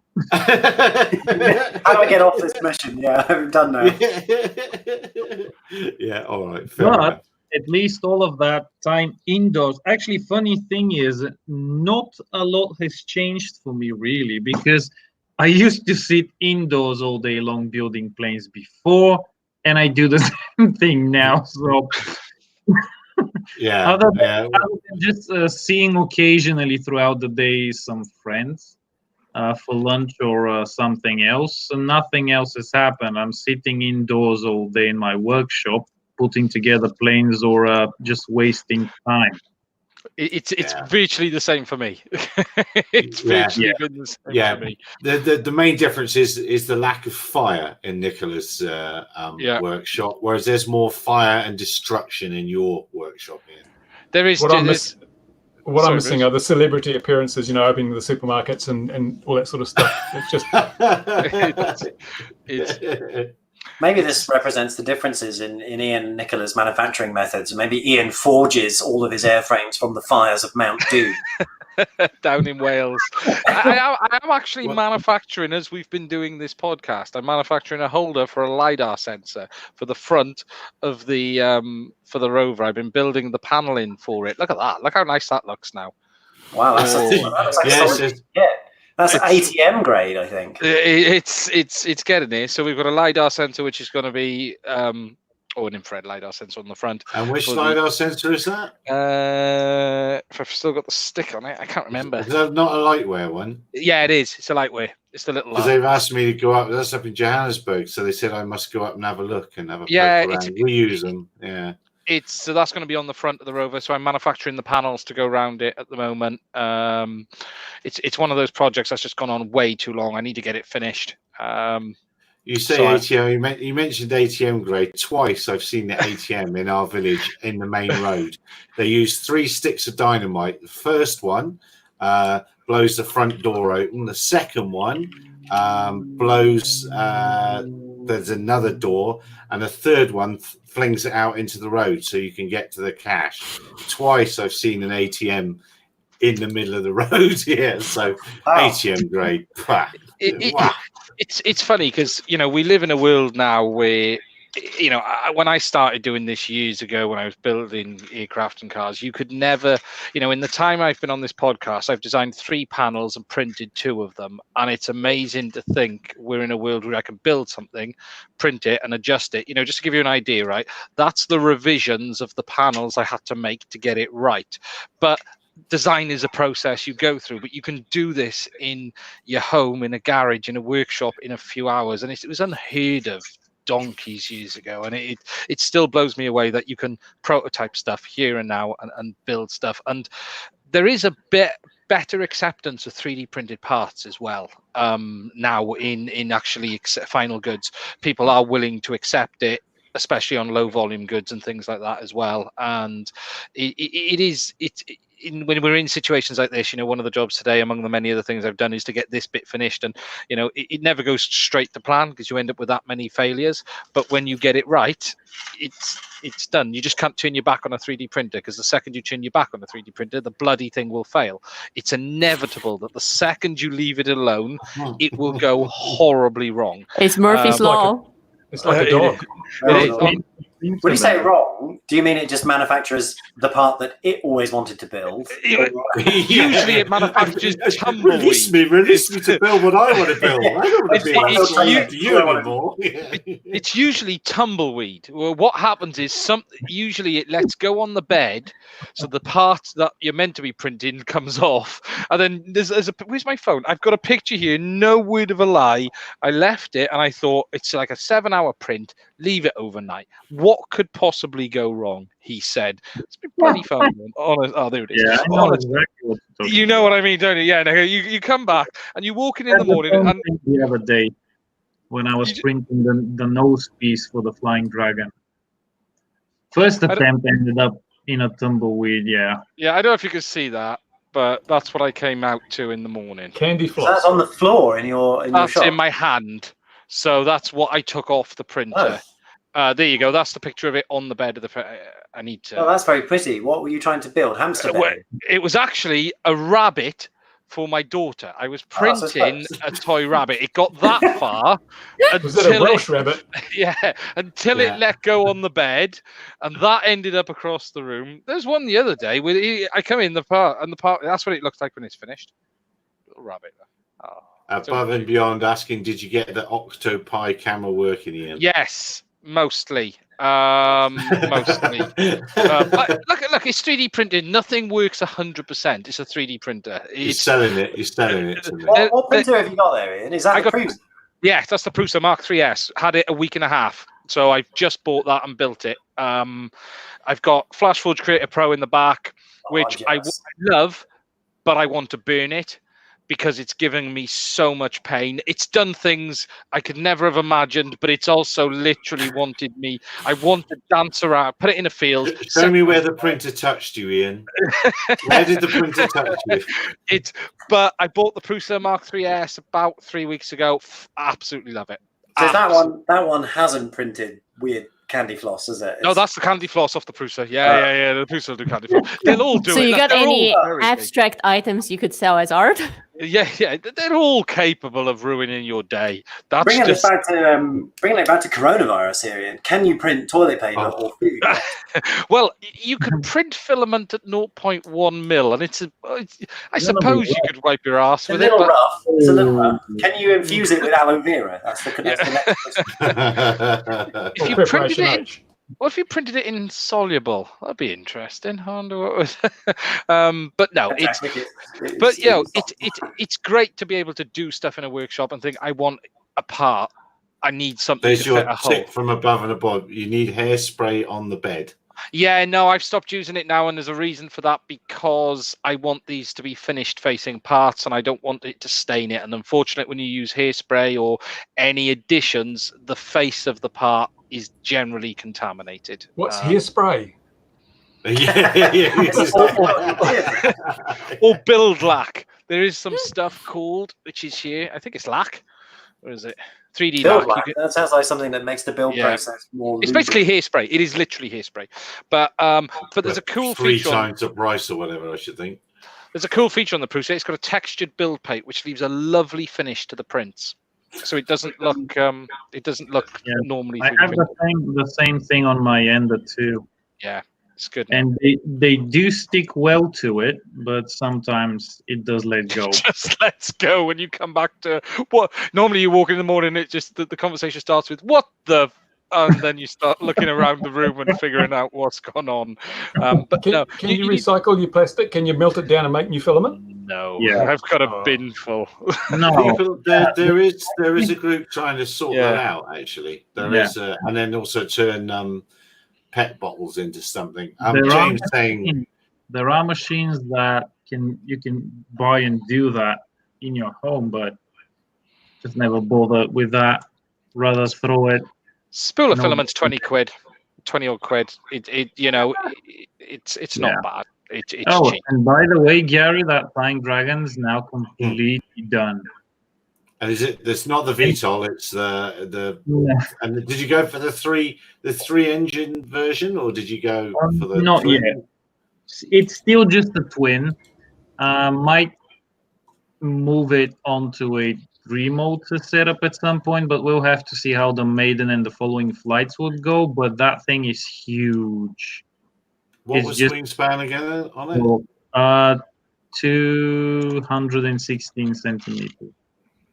Okay. Yeah, but it now looks even more ridiculous than the Clouds, because you've got an even larger plane, and the same thing is just that big of an autopilot and just bolts of wires shooting out of it, and that's about it. That's that whole thing is bringing the plane to life and to flight. Well, I look forward to seeing it's flying. And James is mentioning surely coronavirus is strengthening the argument for drone delivery. Absolutely. But no one's buying Corona. No one's buying Corona, which I do find fascinating. It's really the psyche of the human brain. Bog roll, don't touch the beer that's named the same as the disease. I think James raises a very, very good point here. You know, he's saying I can handle the threat of death, the threat of being imprisoned at home, but the shelves of Sainsbury's being cleared of wine is the last straw. I think he's got a very important thing. Did you guys see the news in the UK where one of the largest wine distributors in the UK today tried to declare itself an essential service so it could remain open? I was conflicted morally because I'm thinking that's very cheeky, but on the same hand, I'm thinking if I do run out of wine, I don't know how else we're going to cope. Same here. They were declared to be an essential supplier until the public sort of reacted, and then they changed their mind and said, "Oh no, perhaps not." But the supermarkets sell it, so there's still plenty of booze. I think it's in the interest of the public service to declare alcohol as essential service. The UK's got no booze. There's no booze. There's no. It was stopped, and my parents moaned about because they went in on the OAP's first hour thing or whatever it was a couple of days ago, and they got pushed out the way. All the youngsters had caught wind that the last deliveries of alcohol were coming into the supermarkets, and there were 20-year-olds in there nicking or buying all the beers they could before there was no more. And then my son tells me that the next day was the last delivery of alcohol or something.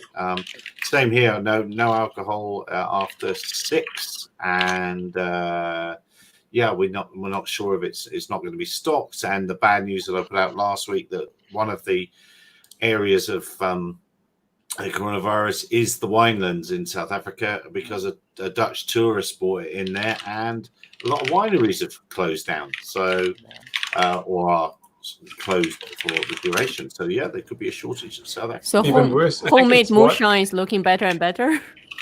I think. Well, what's that drink? Tell us that drink, and then I'll tell you what we're going for. Moonshine. Oh, moonshine. Oh, okay. Yeah, I got it now. Well, we're going with the pineapple option, which is where you just mince up a pineapple, chuck it in a bucket, drop in a little bit of yeast, and then stand back for 3 days, and then you drink that. So pineapple foamy. That sounds great. Yeah. I got to sort of figure out how I can spend at least 3 to 4 weeks without not leaving the house with the wife, because I'm someone that spends a fair amount of time in hotels. I spent over 200 days in hotels last year, and I'm going from spending 200 days away to hi every day. Can't you just get a mini bar and get the wife to put a chocolate under your pillow? Yeah.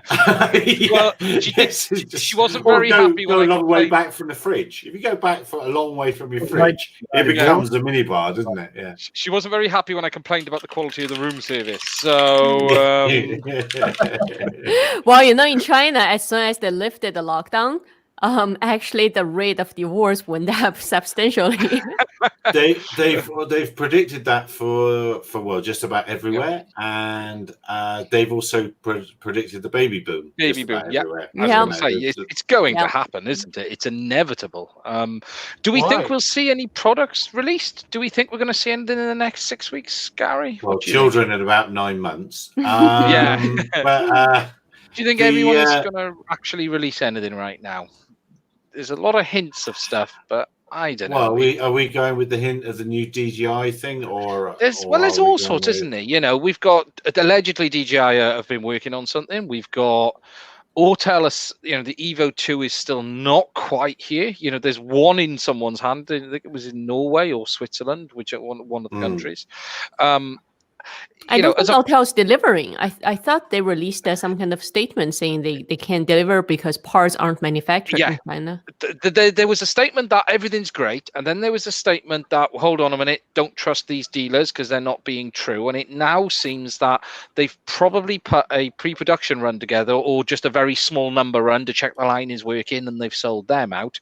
But they're almost on shutdown, And if you follow any of the computer channels like I do, just to give you an idea, they were saying one company for computer motherboards manufactured 1 million less in that 2-month period than they usually would. So the numbers involved here, and it's not the manufacturers that are struggling themselves, it's the components, and it's actually steel seems to be a big issue. Capacitor manufacturers are not able to get all of the raw materials they need to be able to make their components, and that's compounding. It's a domino effect. Yeah. And even if the manufacturer can knock the overall product out themselves, everyone else further down the chain can't. And there's there's a mass hold up on the labor coming back to work in China. Usually after Lunar New Year, they don't all come back. People change jobs, they do everything, and it seems to have been much more compounded this year. Yeah, a lot of the manufacturers that traditionally have like the 6 to 8 people in a room, they are required to only have 1 person or max 2 persons in a room now. So that cuts down production capacity massively. Yeah. And is that a permanent change then, or is that as the temporary? situation Supposed to be temporary. Okay. It's going to have an effect. So it'll be interesting to see, even if hardware is released, is anyone really going to spend any money right now? Money. There won't be any money. Did you see that the Mavic Mini's got a fault where the propeller hits the body of the craft? And so they've announced they're going to have some spaces to mount the motors up. Why on earth don't they just take 2 millimeters off the props? I don't buy this issue because I've not seen mass reports of this. I've seen it being posted and I've seen talk, but I have not seen. You can look on all the DJI Facebook groups, you can look on the forums, and there isn't mass posts on this. Now, there's always been issues on the Mavic line of props hitting the body, and it's usually due to people bending the props in storage.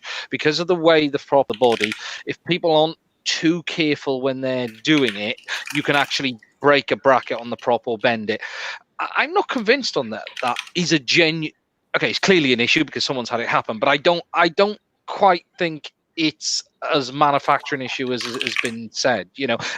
I've not seen the mass postings. It's weird, but obviously we've had this thing been mentioned about it. But it is interesting. I wouldn't be spending any money right now. You've got the US is on the back end, the right start of this. The UK is. I don't think it's fair to say we're in the middle yet. I don't know. Would you agree with that, Richard? I think we're still very much at the beginning, aren't we? I think it's we're not there yet. We feel like a lot is happening, but the actual event isn't happening. We're having mass talk on the government, mass changes from the government, yet we're not having this ramp up like it was said to happen yet, and it will come, but I think it's like waiting for the storm to hit. If you look at the numbers, because there are so many, there's so many 100 people currently tested and confirmed with the virus, but for every one of them, there are the people I've contacted who are still in the incubation period with no symptoms. So we have this massive fan out. So we're seeing the thin end of a very big wedge. So it'll be a couple of weeks before we see the real peak, even if we manage to stop it now. Yeah, even a lot of people tested positive, but they're still non-symptomatic. I think that's the challenge. Is because people are non-symptomatic. You don't know. Yeah. It also makes you wonder how many variants there are of this virus, because some people are just like get a mild fever, and some people just get a runny nose, and some people die. Yeah, it already mutated. I think there's at least 5 different kinds of mutations already confirmed. It is interesting, and the US has far less rights for people than the UK and Europe with regards to work. We know that with regards to most things, isn't it? So I don't really understand what the stance is in the US with pay. Are they going to put the same thing in place that the UK's had? Even if the UK doesn't, we still have fairly not decent benefits, but most companies will pay if someone isn't able to come in. The companies that outside the retail and shopping sector, I think if we jump to general engineering, general larger companies, or the media industries, IT industry, like Richard, and all of that, most companies are very good in this country at looking after their staff. Oh, I heard Richard. Oh no, sorry. Yeah, Richard's terrible. Yeah, he's not. That's very mean. Gives a job, mister. Gives a job. But I think I don't really know if the US has that same intention and has that same capability. Actually, if you take China, for example, what happened is the domino effect to economy after, because companies weren't allowed to fire employees during, the lockdown. And then what happened was their cash run dry. And once the lockdown is lifted, you see massive layouts from companies at the end of it, because they weren't able to do it through it, and then they hit it at the end. We've got deferring the problem. Yeah, we've got no restriction on layoffs in the UK. They simply have a process in place for companies to be able to keep their staff on. But then again, they still have to have the work at the end of it. And it's okay if you're a business that's able to move your staff home and continue to run your online type business. But if you are a customer facing business, then it's pretty scary times and pretty interesting scary to note the drop in YouTube advertising as well. The only ads I've been getting are from funeral directors. I'm thinking that's targeted. and I think that will be much worse, Bruce. And me and you have discussed this both on our channels, actually. And, you know, as the second this stops, they're going to all sit back for 3 months and wait to see what happens with the economy beforehand. They're not going to. On the bright side, I was sent a camera to review last week, and it won't be going back for at least 4 weeks. Yay! It's going to be isolation. And tell me, you have your YouTube solution in the box. When I'm keen. Come on, hurry up, get that video out. Now hurry up. I'm working on it. Are we going to do this camera one, Bruce? Yeah, we should do. Whose channel are we doing it on? Where are we do it doing on yours? I've got far too many viewers Do already. it. You don't want them to see it. Yeah, they won't watch it on mine. Yeah, it's fine. I'll promote it through mine, but yeah, we'll do it on yours. Yeah, we'll do it. Okay, we'll arrange that for this week. I think we'll do something. I'll send you an email. It'll be good. I haven't put much content out at the moment. Ironically, I've been very busy. Although I've been working from home, I've been extremely busy. But I haven't seen much change massively. I've seen a drop, but no one watches my channel anyway, so that reflects the truth. But it is scary for some of these guys, and you know, I put a video out on this in the week, and Bruce has, and you know, support your local YouTube channel is really the term I'm using right now, because the guys who do this for the full time, they need your help. Hang on, can I say support your independent publishers as well? Because also the advertising's disappeared on that. It's 66% down. It's 66, yeah. So it's just the same on it is. Yeah. It's just the same if you're running ads on the site. Well, you still got 33%. Stop grizzling. Yeah, stop whinging. What's wrong with you? YouTube sent me a note saying I owe them money now. No, you know, and it is a genuine thing that I don't watch much TV anymore. I've virtually gone to full. I watch what I want, and a lot of that is online, whether it be YouTube or whether it be Amazon Prime or whatever. And we're happy to pay for a TV service. We're more than happy to pay for Sky in the UK. We're more than happy to pay for satellite TV and channels like that. With YouTube, we have people who do this full time, like Bruce. There's a lot of camera channels I'm a massive fan of. I watch a lot of these guys. Nicola, Gary, all of these guys provide everyone a service, but they're trying to get income from that through advertising, and there's no traditional subscription model in place. Whilst, okay, Bruce, you do have quite well on Patreon. I know in the past you've done okay with, haven't you? Yeah, that's where the Ferrari and the Lamborghinis come from. That's where the Ferrari come from. But I think it's easy to forget, and it's easy to, because it's not something I thought YouTube views would actually go up now that people are forced to stay home.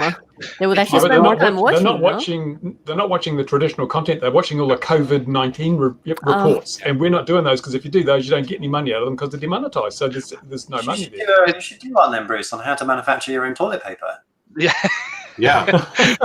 There's just creating test samples at the moment. There seems to be three issues. Number one is the traditional notification system almost seems to have been hijacked in YouTube. There's a two-way notification. You've got notify what's of interest and notify everything. And when you hit that notification button, it automatically does the lower tier. So it says, if this video is of interest, you will get the notification. But the problem is that appears to be based on what is relevant in the world right now as well. And YouTube almost seem to have hijacked that for a lot of channels. And I know of channels who have had people say, I'm not getting notifications on your videos, and I'm only seeing COVID stuff and stuff like that. And I'm not getting Chris's notifications. iForce 2D. I really enjoy his videos, and I get notified. It happens to go past my my feed a wee while later, and there's always been 5,000 or 6,000 views, and it's like, oh, what is that then? It is, and it seems to be. So what I would say is, if you check your notifications, check it's for all. You can tick the little buzzer, the bell, and then put it to all. But it is, and it's a concerning time for everyone. So I am trying to just have a bit of a push on support your local YouTube channel, like Bruce. So everyone is providing a service, and if someone provides a service to you that you get a benefit from, why not support them? It's as simple as that. Very good. Are you off your high horse now? I am. Yes, I am. Have you put it back in the stable? No. Random act of kindness. If we all do a little random act of kindness. This is a funny old world, isn't it? And James, let's mention James in the comments there, talking about kindness. That's our caring community member there, James. Anyway, he hates old people. No, do you remember when he was here dressed as a homeless person recently? That was Bruce's. To be fair, we do. Yeah. It's another person we have a dig at. Saying the decontamination spraying stuff. Now, I've had loads of press releases for both rovers and airborne stuff. I don't know if they're effective. Does it work? Is there any evidence that spraying the street actually helps? I mean, if they use that new chemical called placebo. So I think if you could spray every door handle, I think there's a legitimate and handrail. I think that's a different thing. Before public go out, I think that's a separate thing. But spraying the ground is, we don't walk around on our hands and knees. Or we don't walk around licking the tarmac. I've been to Wales. I have been to Wales. Are you better now? I think it's very strange. It feels more like a marketing concept. Like, we've got to be seen to be fighting the virus using every possible weapon in our arsenal. So why not drop? I was at the supermarket this morning, and they were spraying the trolleys. They were spraying the basket area. They weren't spraying the handles. I thought, what? But I had my latex gloves on. I was good. There's a legit. Sorry, I was going to say, I'm reminded of those conspiracy theories from years ago where there are already a subset of humans who believe that the government is trying to mind control them by expelling gases from the contrails aircraft. And literally, that's just happened now. Like, we are actually doing this. I wonder what these people are thinking. They must be. It's all come true. Remember, you've got these people who've been saying the next apocalypse is coming for the last 5 years, and they've been stocking up on all of this stuff. And unfortunately, preppers. That's actually a show. We're sitting here now, sort of going, bloody with your bloody toilet roll and your bloody hand sanitizer, So you're saying chemtrails aren't real, Richard? Oh my goodness! It's not one of the problems I turn my attention to. This is definitely descending into the chaos, which is a sign of we probably shouldn't be here anymore. Planet Nibiru will cook us all in just days anyway. Pardon? What did you say? Nibiru. Have you not looked up Planet Nibiru? It's another one of these conspiracy things. It's the fake planet. Yeah. It's hidden behind the sun. Any moment now, it's going to pop out and kill us. That would be the place to hide, isn't it? That would be exactly the place to hide. It's behind the sun. Did you ever see that Jerry Anderson movie where it was like UFO, where they went to this planet on the other side of the sun, which was like an Earth, and it was a doppelganger planet, but the polarity was reversed. Oh no, it's fantastic. I've still got that. Ian knows about reversing polarity, but anyway, that's another relative between you. I quite like that one. Actually, I'm in big trouble because when I explained to my wife how long 6 inches is, now she thinks 2 meters is this long. There we go. Oh, it's always one, isn't it?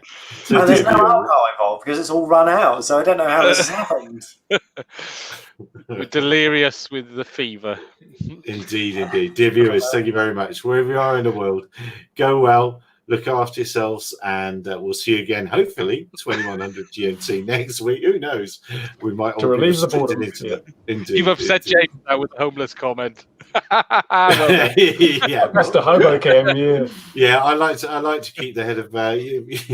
You probably don't realise he's quite high up in the UK's national drone association or body, so I've got to give him some stick for that. Yeah. All right, guys. Thanks very much. See you again. Thanks very much, Richard. Thanks, Nicola. Take care, everyone. Ian, look after yourselves. Bye, everyone. Bye-bye. Bye-bye. Oh, second button.